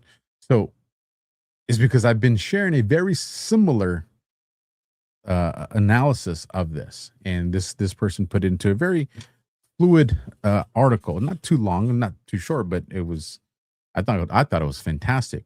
And again, there's not enough people out there talking about this model or this recruiting guy of 2,000 times. Why isn't Massey bringing this guy up? Why isn't Candace Owens bringing this guy up? Or Ian Carroll? Why aren't all these people who keep attacking Trump bringing up this? Why is it when he is brought up, it's something that's in a quick mention and bypass? Because these people don't care about the kids like you do or I do. These people care about an agenda. And again, if you guys want to know my thoughts on Epstein, if you're new to the channel, go look up 18 USC 3521, and there you will find my answers. So from there, let's get into this. And we're doing pretty good on time. We're at an hour and 30, just over an hour and 30 minutes. So I like the progress we're making here. Political Savvy puts out, please release the list in its entirety. You know whose name will not be on said list? Me. Oh God, this will be glorious. What is she referencing? Well, Nikita Beer, who's got everybody on Twitter or aka X just losing their mind. It's glorious. He puts out, political accounts have been the biggest offenders of undisclosed paid promotions. We've been investigating cases of foreign influencer campaigns recently. Often the influencer accepting the payment assumes it's just some American advocacy group. So, where does this take us? Well, I want to show you guys a clip from Dan Bongino. JTC puts out, Dan Bongino breaks down Nikita Beer's post about undisclosed paid political influencers to attack the Trump administration. The Red-Green Alliance funding to destroy Trump. So let's take a listen to what Bongino has to say about this. And all this stuff you see, Jews, climate change, Israel, Netanyahu, Epstein. It's not organic. You're being played for a sucker. And a lot of people you may have thought were your friends in the magosphere, and I'm using the air quotes because they're not. They're paid goons and losers, are being paid to promote this similar bullshit. Nikita Beer is one of the honchos over at X who guards against this type of stuff, put this out yesterday. Political accounts have been the biggest offenders of undisclosed paid promotions, i.e. they're getting money for shit and not telling you. This guy knows. We've been investigating cases of foreign influencer campaigns recently. Often, this is important. Often the influencer accepting payment assumes it's just some American advocacy group. What did I tell you on yesterday's show, Justin? Folks, listen to your boy here. I'm telling you, listen to your boy, Dan. I've seen this on both sides where people have come in and shady groups, they contact Paula. She runs the business and they'll be like, hey, Paula's like, we're good. We're okay. Thank you. We're good. Hard pass. And then all of a sudden later on, you'll see like, oh, wow, Paula, check it out. That group that reached out, look, they were in the news. They were up. No, we're never surprised. We're never surprised. The names they use, We Love America, the PAC or whatever. Folks, it's bullshit. That's why this show, did you notice when we came back, Justin, how many people were like, who tried to trash us when we were busting our ass to fix this, massive problem that was going on within the DOJ and FBI. Did you notice how many people who seemingly out of the blue, the nothing is happening people, did you notice how they were? They went crazy like the first month to try to crush this. And then we exploded back onto the scene. And now all of a sudden, most of them shut the... Why is that? Because a lot of this was a money op. And when the money dried up, all of a sudden they had no interest anymore. We crushed you. We crushed you. And I'll continue to crush you. Our audience kicks ass. Nobody was listening to your bullshit.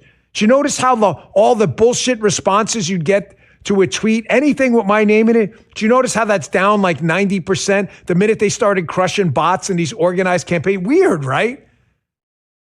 Folks, it wasn't about me. It's about the Trump administration. Anyone who doesn't align with their unholy alliance agenda, anyone. You ever take a job in politics and you have a name out there, you'll see exactly what I mean. So, again, folks, we've been calling this out for a long time. So I love seeing Bongino push this message out because the guy's got millions of viewers and these people need to hear it. So let's continue on. That brings us to this. Even TikTok recognizes Ian Carroll is full of shite. What is he talking about? Let me make this image a little bit bigger so that you can laugh out loud here. Check your sources before sharing. And again, people are having a good laugh out of that one. It is what it is, but we're not done. I want to kind of fly through these because I want to cover as much ground as we can in the time tonight. Stephen Lancaster puts, friendly reminder, when Candace is begging her fans for money to cover the lawsuits that she's created, the money can be taken by her husband. Read the fine print, people. Continue paying for her vacations, you morons. Hashtag Candace Owens. And what is Stephen Lancaster talking about here? Well, let me open this up in a window so you can see it a little bit bigger as well. Let's go to this highlighted part. George Tom Incorporated reserves the right to use the funds for other corporate purposes as well. So at least the fine print's there. If you guys don't want to read it, then you're not going to be the ones to read it. But these are these influencer operations, foreign and domestic, that are unfolding.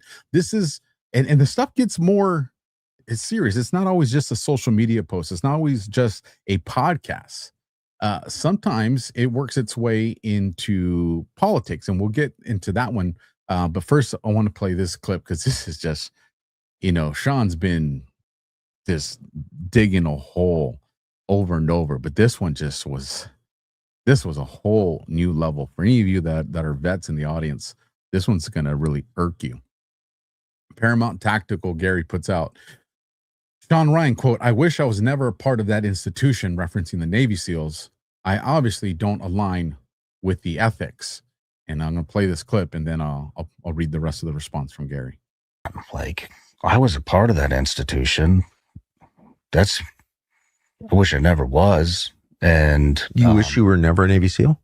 I mean, I don't regret it. I enjoyed my time there, but I mean, it's just, I obviously don't align with the ethics and whatever value system they're going off of, which doesn't seem to be much. But anyways, the point being is that's just one institution inside of the U.S. Navy. That's it. One small, like very SEAL teams, very, very small part of the U.S. Navy. And then he's talking about Ranger Battalion. And then there's all these other units. And it just made me think, it's like, man, like this is just one war in one small part of the U.S. government, very small part. So that means every single U.S. institution out there is doing the same shit. Obviously CIA, obviously FBI, everything, all Congress, all of the Senate, everybody in it, the presidents, everybody. Yeah, I know it made me cringe too. So Gary says, responding to, I obviously don't align with those ethics. And Gary puts out Navy SEALs core values, as well as many other service branches: honor, courage, and commitment. I agree, Sean, you don't. You are being used to demoralize and destroy our own country. You're a useful idiot of our enemies. Folks, we've been calling them out. I hope some of you guys are paying attention and not allowing yourselves to just be so emotionally attached that you're putting blinders onto the obvious. Then that takes us into this interesting one. MJ Truth Ultra puts out, he goes, what? Very interesting. Take a listen. In fact, listen to this twice, and I'm going to play the clip for you guys, but let me just read this first part. Rep. Lone Bobert addressed why she missed a critical vote on the NDAA Section 219, U.S.-Israel Defense Integration into the Annual Defense Bill. And again, if you guys watched Q After Hours last night with me and Josh, we talked about this because there's a bunch of morons out there saying Israel and the U.S. are going to combine their military because they're absolutely retarded. And people are too lazy to go and read what it actually is about. So I'll tell you, if you're like, well, what is it about? Go watch last night's show, Q After Hours, that we did on Badlands, and we spend a significant time addressing that. But nonetheless, whether you like Lauren or you don't, take a listen to this video. So I got a whole bunch of men trying to muscle me into voting for the NDAA. Names. Who? I Who are don't know these their, men? I don't know their freaking names. They're staffers. They staff. All right, listen to my story. If you want my story, I'm Sorry, gonna give it to you. sorry. All right. So all these staffers are in there trying to get me to vote for the NDAA. I want to vote for the NDAA. Section 219 is still in there. It's a big tech swap between us and Israel. We don't do that with anyone. I understand in the past, we've given them money for the Iron Dome, and then they get to keep the tech and we don't get any of it back. So I understand that, but it's a big issue on the left and the right. And many of my constituents have reached out. They don't want this provision in the bill. Well, the White House doesn't want it in the bill. Secretary Hegseth doesn't want it in the bill. So I'm in the back waiting for a call from the secretary. I'm told that call is coming. I'm talking to someone underneath him, and I'm told the vote's going to stay open. They closed the vote. And so now I'm forced to talk to TMZ. While I do have an issue that we talked about off record, I don't want to be on camera this week, and I've been on camera more than any other week. I am talking out of the side of my mouth like a damn politician because my Botox hasn't caught up on this side. Maybe in 2 days, this side will catch up to the other side. But here we are. A lot of influence operations taking place. Again, regardless of what position you think she has. But listen to what she says here. She reveals that the Trump White House and Pete Hegseth do not want Section 219 in the bill. I would disagree. And the reason I would disagree, or maybe there's something here that we need more context, and we're actually sharing the same argument here. And obviously I haven't had a chance to talk to Representative Boebert, so I can't answer that. But I think Trump wants it in as many places as he can, because again, this is going to amplify the necessity for when he declares national emergency. And you've seen a lot of the quote unquote mainstream alt media is now picking up the theory that I've been talking about for quite some time, and as well as Josh. And so again, it's still interesting, which then takes us into this. Just in, Ugandan Mayor Mondami is facing outrage for publicly posting a searchable database of wealthy property owners in NYC. If you are not aware of this, this is crazy. Appetizer, because if you own property in his town, he knows exactly where you live. The city just posted a searchable list of every homeowner on the hook for his new tax. Names, addresses, 30,000 of them. A socialist mayor handing out a Rolodex of the rich in a city that just watched a CEO get gunned down on the sidewalk. Sounds like a hit list. You got a problem with it? Go protest. It's what the city's there for anyway. I think one of the bedrocks of our city is protest. It is something that has been a part of what makes our city so special, that New Yorkers can express themselves, whether they are in support or in opposition, no matter on whatever topic. Protest? The city runs on capitalism and cocktails. So Eric, and I agree with Eric's line of thinking here too. A socialist mayor handing out a Rolodex of rich, and again, Waters making the statement as well, of rich in a city that just watched a CEO get done down on a sidewalk sounds like a hit list. Hell yeah, that sounds like a hit list. This is the craziness that's going on. And again, whether you think Mondami is playing a role, or whether you think which my thinking is Trump knows that this guy's an absolute moron, and Trump's gonna let the guys, what he's doing, be the weaponization that Trump needs to show you, like, this is why we can't have these crazy extreme people that had this Islamic ideology, because it is an issue, running amok and pushing these commie socialist things in our country. What happens when, and we just covered that article earlier today with those politicians and the family that was killed, and where they tried to kill the daughter as well. What happens when one of those psychos gets this list?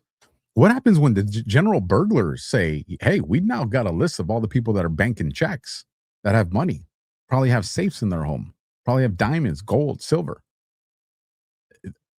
Absolutely crazy.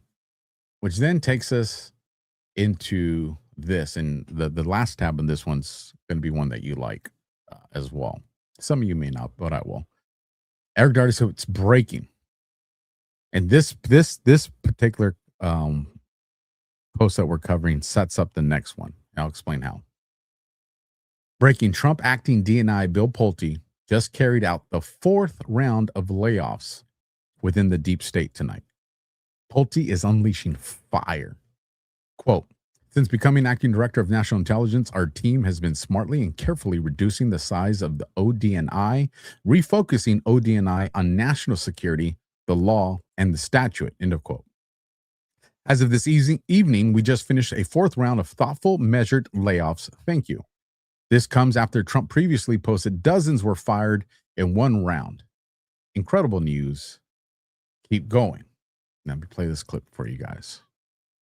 They are now out of a job. Their firings, which they were informed about just yesterday, are part of an effort ushered in by the new acting director of national intelligence, Bill Pulte.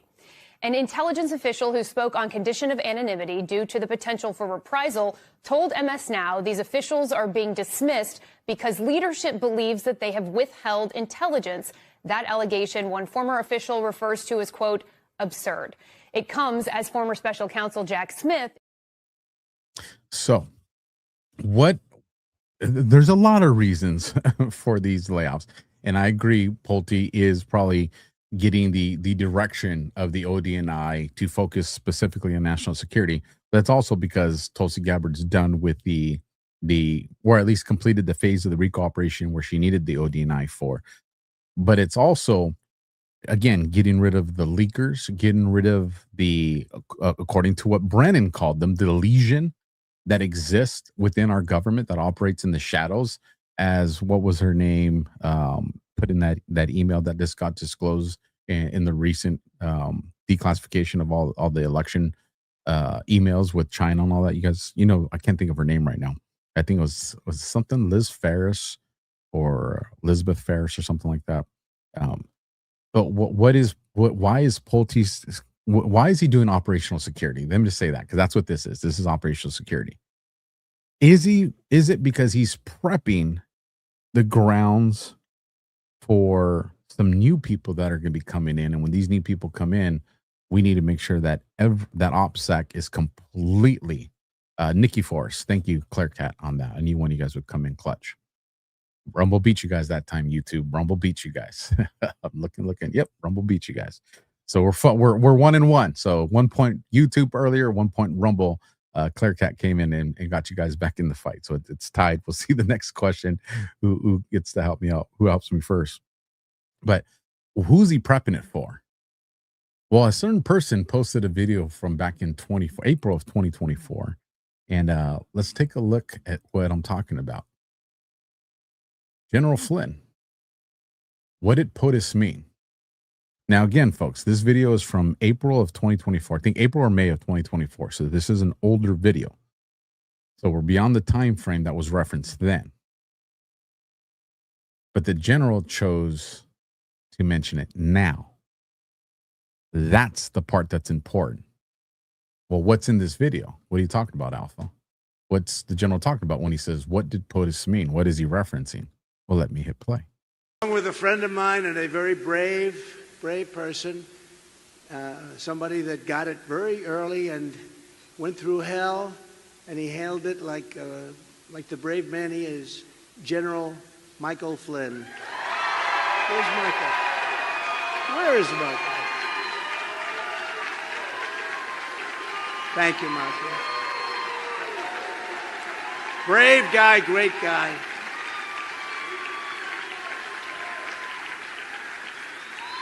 You stay in good health, Michael. Get ready, okay? It's not long. 1.5 years, Michael. Just stay healthy. And another one that we... Some of you are going to be eating some crow. Now, here's what's interesting. We just kind of passed that 1.5 year mark from Trump's inauguration to this administration. So is the general referencing that we're looking at that move being made now? I don't think so. I know some people do, and I would love that to be the case. I would love that to be the case. I think he's choosing to identify that now to give us the marker for the timeline as now we're in that. Because then again, a year and a half puts us in this time frame that I've been articulating the last couple of months, actually a little bit longer than the last couple of months, of this conflict that's going to happen in a guerrilla warfare style between us and the CCP, the deep state portion of China. This would put us into the latter portion of 2027 or early 2028, which lines up kind of with my timeline. So I think we're getting a signal of when we're going to see the general tapped on the shoulder. Again, if it happens now, I'll be happy for that just as much. But I actually think a year and a half from now. So you guys mark in the calendar. Somebody set an alert for 18 months from right about now. And if nothing happens, well, then you can tell me, well, Alpha, you need to eat crow. But I think I'll trust the birdies on this one. All right. So with that, folks, we're almost I'm probably gonna end us in this next section and then cover the rest tomorrow because we're getting close to that 2-hour mark, and I want to read the super chats and the Rumble rants. So let's get into this. The White House puts out, from this point forward, anytime the Islamic Republic of Iran shoots at a ship from the Strait of Hormuz, whether it be by missile, rocket, drone, or any other device or weapon, the United States will bomb and destroy one bridge or power plant. President Donald Trump. And again, you saw Iran come out on the update. You know, America hasn't bombed us in 2 days, so we haven't bombed anybody. And all of a sudden, things seem to be simmering down again. Again, this is something we talked about at length in yesterday's show, the Middle East in 30 minutes ish, right? So if you want the long debrief on this, go watch that. But why is this important? Because again, we just finished talking about the influencer operations, right? The international and domestic that are happening.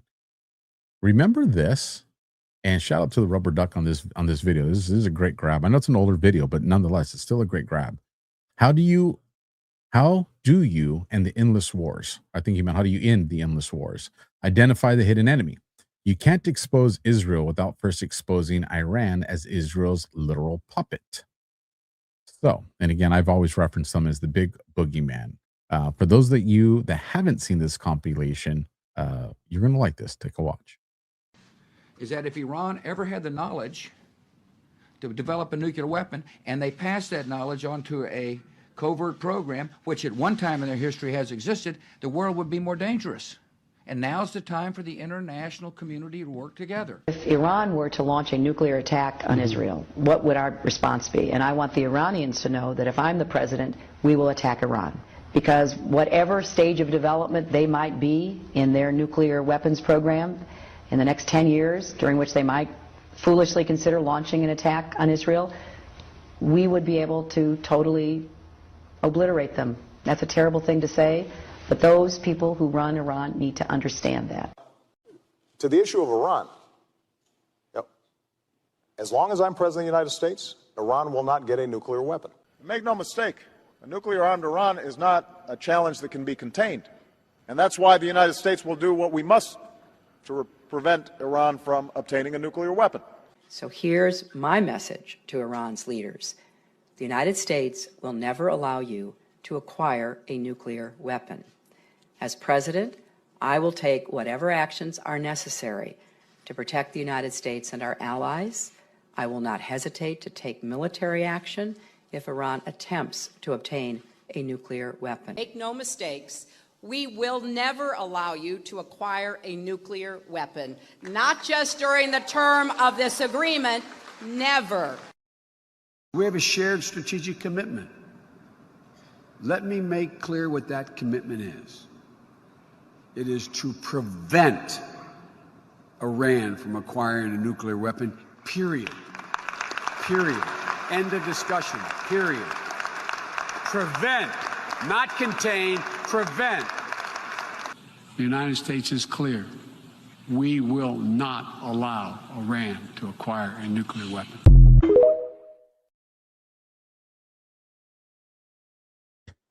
And just to put a cherry on top of the video that Rubber Duck posted right there, Then you get Elon Musk that drops his gem 3 days ago, and he goes, that's what he said. And now let's take a listen to Obama, good old Barry. This administration, the Bush administration, has done nothing to control the problem that we have. We've had 5 million undocumented workers come over the borders since George Bush took office. It has become an extraordinary problem. And the reason the American people are concerned is because they are seeing their own economic position slip away. And oftentimes, employers are exploiting these undocumented workers. They're not paying the minimum wage. They're not observing worker safety laws. As president, I will make sure that we finally have the kind of border security that we need. That's step number one. Step number two is to take on employers. Right now, an employer has more of a chance of getting hit by lightning than be prosecuted for hiring an undocumented worker. That has to change. They have to be held accountable. Start shedding some light on the problem, and we can once again be a nation of laws and a nation of immigrants. That's what I intend to do as president of the United States. That man lies out of every orifice that he has. Again, folks, why do I share those clips with you? Again, to one, those are great clips to show your family members and friends that deny the propaganda wars that say that Trump is doing something that they were never okay with, because most of these people had zero issues with any of the clowns that we saw on those video clips ever having those positions. They endorsed it. They supported it. They loved it, right? And so it's good to show that too. This is something you get to throw in the face of the people like Sean Ryan and Joe Kent's and Tucker Carlson's and Candace, and say, where were you on this? Why wasn't it? Where was the outrage during this time? And the reason it was absent was because it was not part of the agenda that they're trying to push. So we're gonna stop the content there. We're gonna get into the Rumble rants and the super chats, and then I'll close this out with a prayer. And then tomorrow we are going to start with the Candace Owens and the Robert O'Neill conversation, and then that will take us into the Trump 2028, some election stuff, and some other content. Of course, the comms. We'll get into that. It looks like the comms are work out for Tuesday anyways, because then we have DEF CON right afterwards, and I think a lot of people like that as well. But let me bring on the Rumble rants first, and then we'll get into the super chats. And again, you guys failed me tonight. We didn't have our banner going across the bottom of the screen, or maybe I missed it. One of you guys did call me out, but yeah, I rely on you guys, right? So again, Pet Club, folks. If it's for your pets, alphapets247.com. If it's for you, AlphaWarrior247, I believe is the other one. Let me see. Bring that up. Yeah, AlphaWarrior247. So you got the pets and the Body for You Pet Club. You guys, I'm serious when I say this. It is part of my daily regimen. I even hate calling it supplements. You know that. I love what Kristen taught me on this. It's my mushroom food. If you guys haven't tried it and you have hesitation and you're like, money's tight, buy it. It's going to save you money on the food that you shouldn't be eating anyways, by how it's going to affect your body. What am I talking about? There's 4 bottles. I'm not going to show all of them. Let me go full screen with me right here. I feel awkward trying to show you guys with the little ones. Right here, okay? Clarity on this one, right? And Enforce with the reishi here. This is the same thing as a green bottle, except this one has the reishi in it. Folks, you can feel so much better about your body and how you feel and your health for something that's extremely affordable. It's way cheaper than stuff you'll get at GNC. Well, I haven't been to GNC in a good minute too, so who knows? But you get the point that I'm trying to make. You guys take care of your bodies, get this stuff. So with that, let's get into the Rumble rants. Coming out of the gate, $100 from the Boom Diggity says, fuck you, Alpha. You know who loves you. Sign the Rumble Crew. Thank you for that, Boom. Y'all hear that over there on YouTube? The Rumble Crew. Dollar for dollar, Crystals W. YouTube can suck it, little. LOL. Much love, Alpha. Oh, YouTube, they're calling you out over here on Rumble. Listen, I don't want no conflict, all right? I don't want no conflict. I want this to be a friendly, lovable competition. And let me see if I can change something on this screen real quick. I want to make... I'm going to have to do it later. Let me just hit cancel. Hold on real quick. Cancel edit. I was going to try to make myself a little bit bigger for you guys. Let me try this one. There we go. I like that one. Let me see. I got to remember that one for the future. Okay, let's keep going. $10 from Rabid Badger 456. You're loved and respected, Alpha. All right. So I'm going to guess that Rabid agrees that you prefer bigger Alpha than the little mini-me, or do you guys want me to go back to mini-me? So Rabid Badger. I've seen some videos with the honey badgers. Those things are just serious monsters. 15 Tony BA gifted 1 subscription. Thank you for that, Tony, and thank you from the person that was on the receiving end of that as well. Here we go to $5 from Alan S333. We're supporting. We're always doing. Shout out Alan over there, one of the moderators on Rumble, and not sure if it was you or Kelly, but one of you guys took down that person that was trying to drop those scam links. So thank you for getting to that before I had a chance to. Much appreciated. Dollar for dollar from ZBM. Rumble is broke ass tired this week, Alpha. That's how I'm feeling tonight. I'm feeling broke ass tired, folks. I'm hurting for sleep. I'm still waiting for a check to clear, bro. Oh, we're gonna go to the commercial. We're going to the Rumble wallet there, ZBM. Nice, well played. And YouTube can suck a bowl of commie dicks. Rumble all the merry freaking way. And yes, USA won the revolution. You guys are feisty tonight. I like it. Let's see. Dollar for dollar, Rory McGill 78. Going to send you a project I began working on in 2020. It still needs editing, but I had to walk away for a bit because it started affecting my health and personal life. Check Telegram after the show. All right, Rory. I will take a look at it. And maybe it's something you don't have to abandon. Maybe it's something we can collaborate on if you're willing to extend the time on that, because there's a lot on my plate. But we'll take a look at this. We'll definitely look at that tomorrow, Rory. Thank you. $5 coming in from Susie Q20. Save the children. Thank you for that, Susie. Thank you. And I know that part of the show, folks, was rough, but it's real. It's real. $20 again from the Boom Diggity. Becerra, Inter-American Dialogue, IAD, connects to care.care international-notice the number of nations that have joined their confederation, Global Octopus. Hold on, I need to grab this link real quick so I don't lose it. I don't have Josh to drop it in the private chat, so give me 1 second because I want to look at that and I don't want to lose it. So hold on real quick, folks. Okay, I have it. Thank you for that, Boom. Let me bring you guys back over here so I can see you guys again. There we go. $5 from Egrab4. Sorry about that. Rumble updates suck and doesn't populate things right, so that might be a problem tonight. Love you, Alpha. I was giving you guys a hard time. Listen, you guys support me all the time, and I know times are tough. So I'm trying to guilt trip you guys just a little bit. Just a little bit. Right. All right, let's get into these super chats because holy 17 super chats. You guys are just, I don't know. Sometimes this is meant to be. All right, let's start from the bottom, and now we're here. We have Crazy Lady Now, 10 jewels, happy poop. Not a sad poop, a happy poop. We get one shot, 1,000 jewels, GOAT trophy. I think that's the most jewels I ever got. We get one shot. I'll have to go look, but I think you now have the record on jewels. So to be determined, but right now I'll raise your hand on the jewels trophy there. We get one shot. I like the name too. Patience 8947, who's always dropping jewels. So definitely I know they've added up to a lot. 200 jewels, sunshine. And let's see, we got Sherry Beltran 4026, $10 super chat. Prayers for your brother Alpha.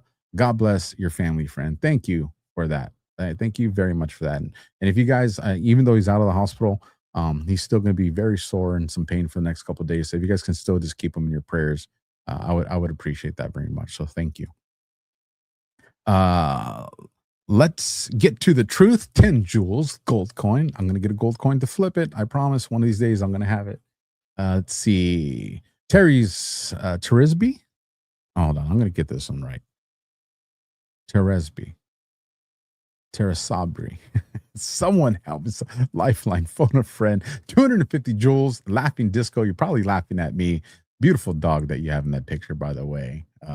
You're gonna have to send me a super chat on how to say that the right way. Not a super chat, but a YouTube comment. I'll keep an eye out for it. Helen S111, 550 joules. Stay hydrated. I have my water with my coffee, so you guys see me drinking away my coffee. And listen, you guys like these mugs? Look at it right here. Bring it up close so you guys can see it. AlphaWarrior Show. These are solid mugs. And then when you flip it to this side over here, you get Patriot. You got the flag. Get in the fight, but coffee first. This is my mug. This is my personal design. And if you guys want one, and again, see a thick old handle. This ain't them little coffee mugs. It's a big coffee mug. As a matter of fact, I have the original one. Hold on. Got some dust on it. The original right here. But I was just like, man, that's like an espresso, right? So I was like, nah, we got to go big. So just know that if you get that coffee mug, it's massive. And you get that at the alphawarrior.tv in my little merch shop there if you guys want one.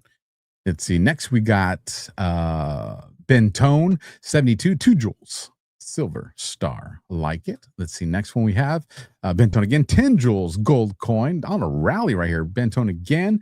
10 joules floating heart. Right there. Got love for you guys. Let's see. Next we have Elaine Kyle 1978. 30 joules for the flower. Thank you. Putting the flowers out there. We have again Elaine Kyle 1978. 10 joules with the gold coin. Then doubled down. I hope it wasn't a mistake. You really meant to do it twice. Elaine Kyle, 1978, 10 joules with another gold coin. And then we have Benton, 72, coming in with 2 joules on the silver star. And then we have another biggie, Soar, 047, always over there supporting us on YouTube, 400 joules with the eagle. Right? So not as cool as the video, but I tried. And then, holy shit, Soar, $50. Thank you, Alpha, for discussing the hard truths. Godspeed to all victims to become victorious. Yep. They have, I hope they have the biggest gifts in heaven for these little ones. And it's heartbreaking. And then last one over here on YouTube, Tudor 1972, 200 joules for some sunshine and rainbows. With that, folks, I just want to tell you, let me make sure no last minute Rumble rants came in. Okay, we're squared away. I got everybody. Actually, we do have one that came in right at the end. Annie, go get it. Thanks for keeping me in the loop. $5 with a little heart emoji face. Thank you for that, Annie. Go get it. Annie got it. Sorry, not go get it. Annie got it. She's not going to go get it. Annie got it. She already got it. Thank you guys for the support. And again, thank you guys for the prayers for my brother. So now I'm going to say a prayer for you guys, and then we will be out. Tomorrow's show, again, is going to be at either 8 or 8:30 p.m. Eastern to make sure we're done in time for DEF CON. So just make sure you tune in tomorrow for part 2 of Just Alpha Raid, AGP Alpha. Okay, hold on. Let me get this ready just before we go into the prayer and outro, just so it's easier to find. So give me 1 second, folks. Got to go to live to find these guys, but everything's all zoomed in. So hold on. I love the fact that you guys had patience with me while I do the live stuff. Where's AGP? AG. I should have told you to send me the link. that would have made it to next. Send me AJ's link so if you can find it. Gaming. Where's? All right, let's see. There's just they have me on the front page. That's pretty cool. Thank you for that, Rumble. I'm not seeing him, so I'm going to say the prayer. While I say the prayer, you drop his link in this Rumble chat. That way, I can just copy it because I'm not seeing him on the live. So if you could just do me the solid and drop it, I appreciate it. And then we did have one last super chat come in too. 250 joules, laughing disco from Cheers Baby. And I know I said it wrong again, but again, we love your puppy. So again, here's the prayer, folks. Father, thank you for another day of life. Father, I want to say a special thank you for keeping your protecting hands around my little brother with what happened to him in the car accident. Thank you for keeping him safe. Cars and property can be replaced. Thank you for taking him home to his wife, to his daughter. Thank you for keeping him here and protected for us. Father, I ask that tonight that you put your protective hands around all the people that are out on the road, the people that are driving, second job, third job, that are tired, for our truckers that are tired, for anybody that has a child in their vehicle, that you put a special layer of protection and angels around them to get them to their destination safely. Father, I ask that you continue to watch over us. I can ask that you continue to watch over me. Father, help me to pick my battles wisely. Help me to choose battles that will create growth for those involved. Make me sharp in the battles that I choose, to set an example of those who mean wrong, to destroy them in a way that is unequivocal, that people know not to challenge you or your warriors. Father, I also ask that you guide me in having patience and empathy and forgiveness for those that warrant it, that you soften my heart in places where I've refused to do it. Father, I ask that you protect my audience and that you continue to guide this show to be what you want it to be. We pray and we ask all this in your son Jesus' name. Amen. Folks, this will conclude tonight's conversation with Just Alpha. Thank you for everybody that showed up to join us. I'm going to close this out with, I don't have it here anymore. Don't have it. I wanted to play. Man, I was running short on thumbnails. So you guys are going to get the old school thumbnail. Do me a solid on your way out if you haven't done so already. Oh, hold on. Where's the link to? They never sent me the link to AJP's podcast. All right, let's just find another good podcast. Somebody out there. Let's see. Definitely not sending you guys to Nick Fuentes.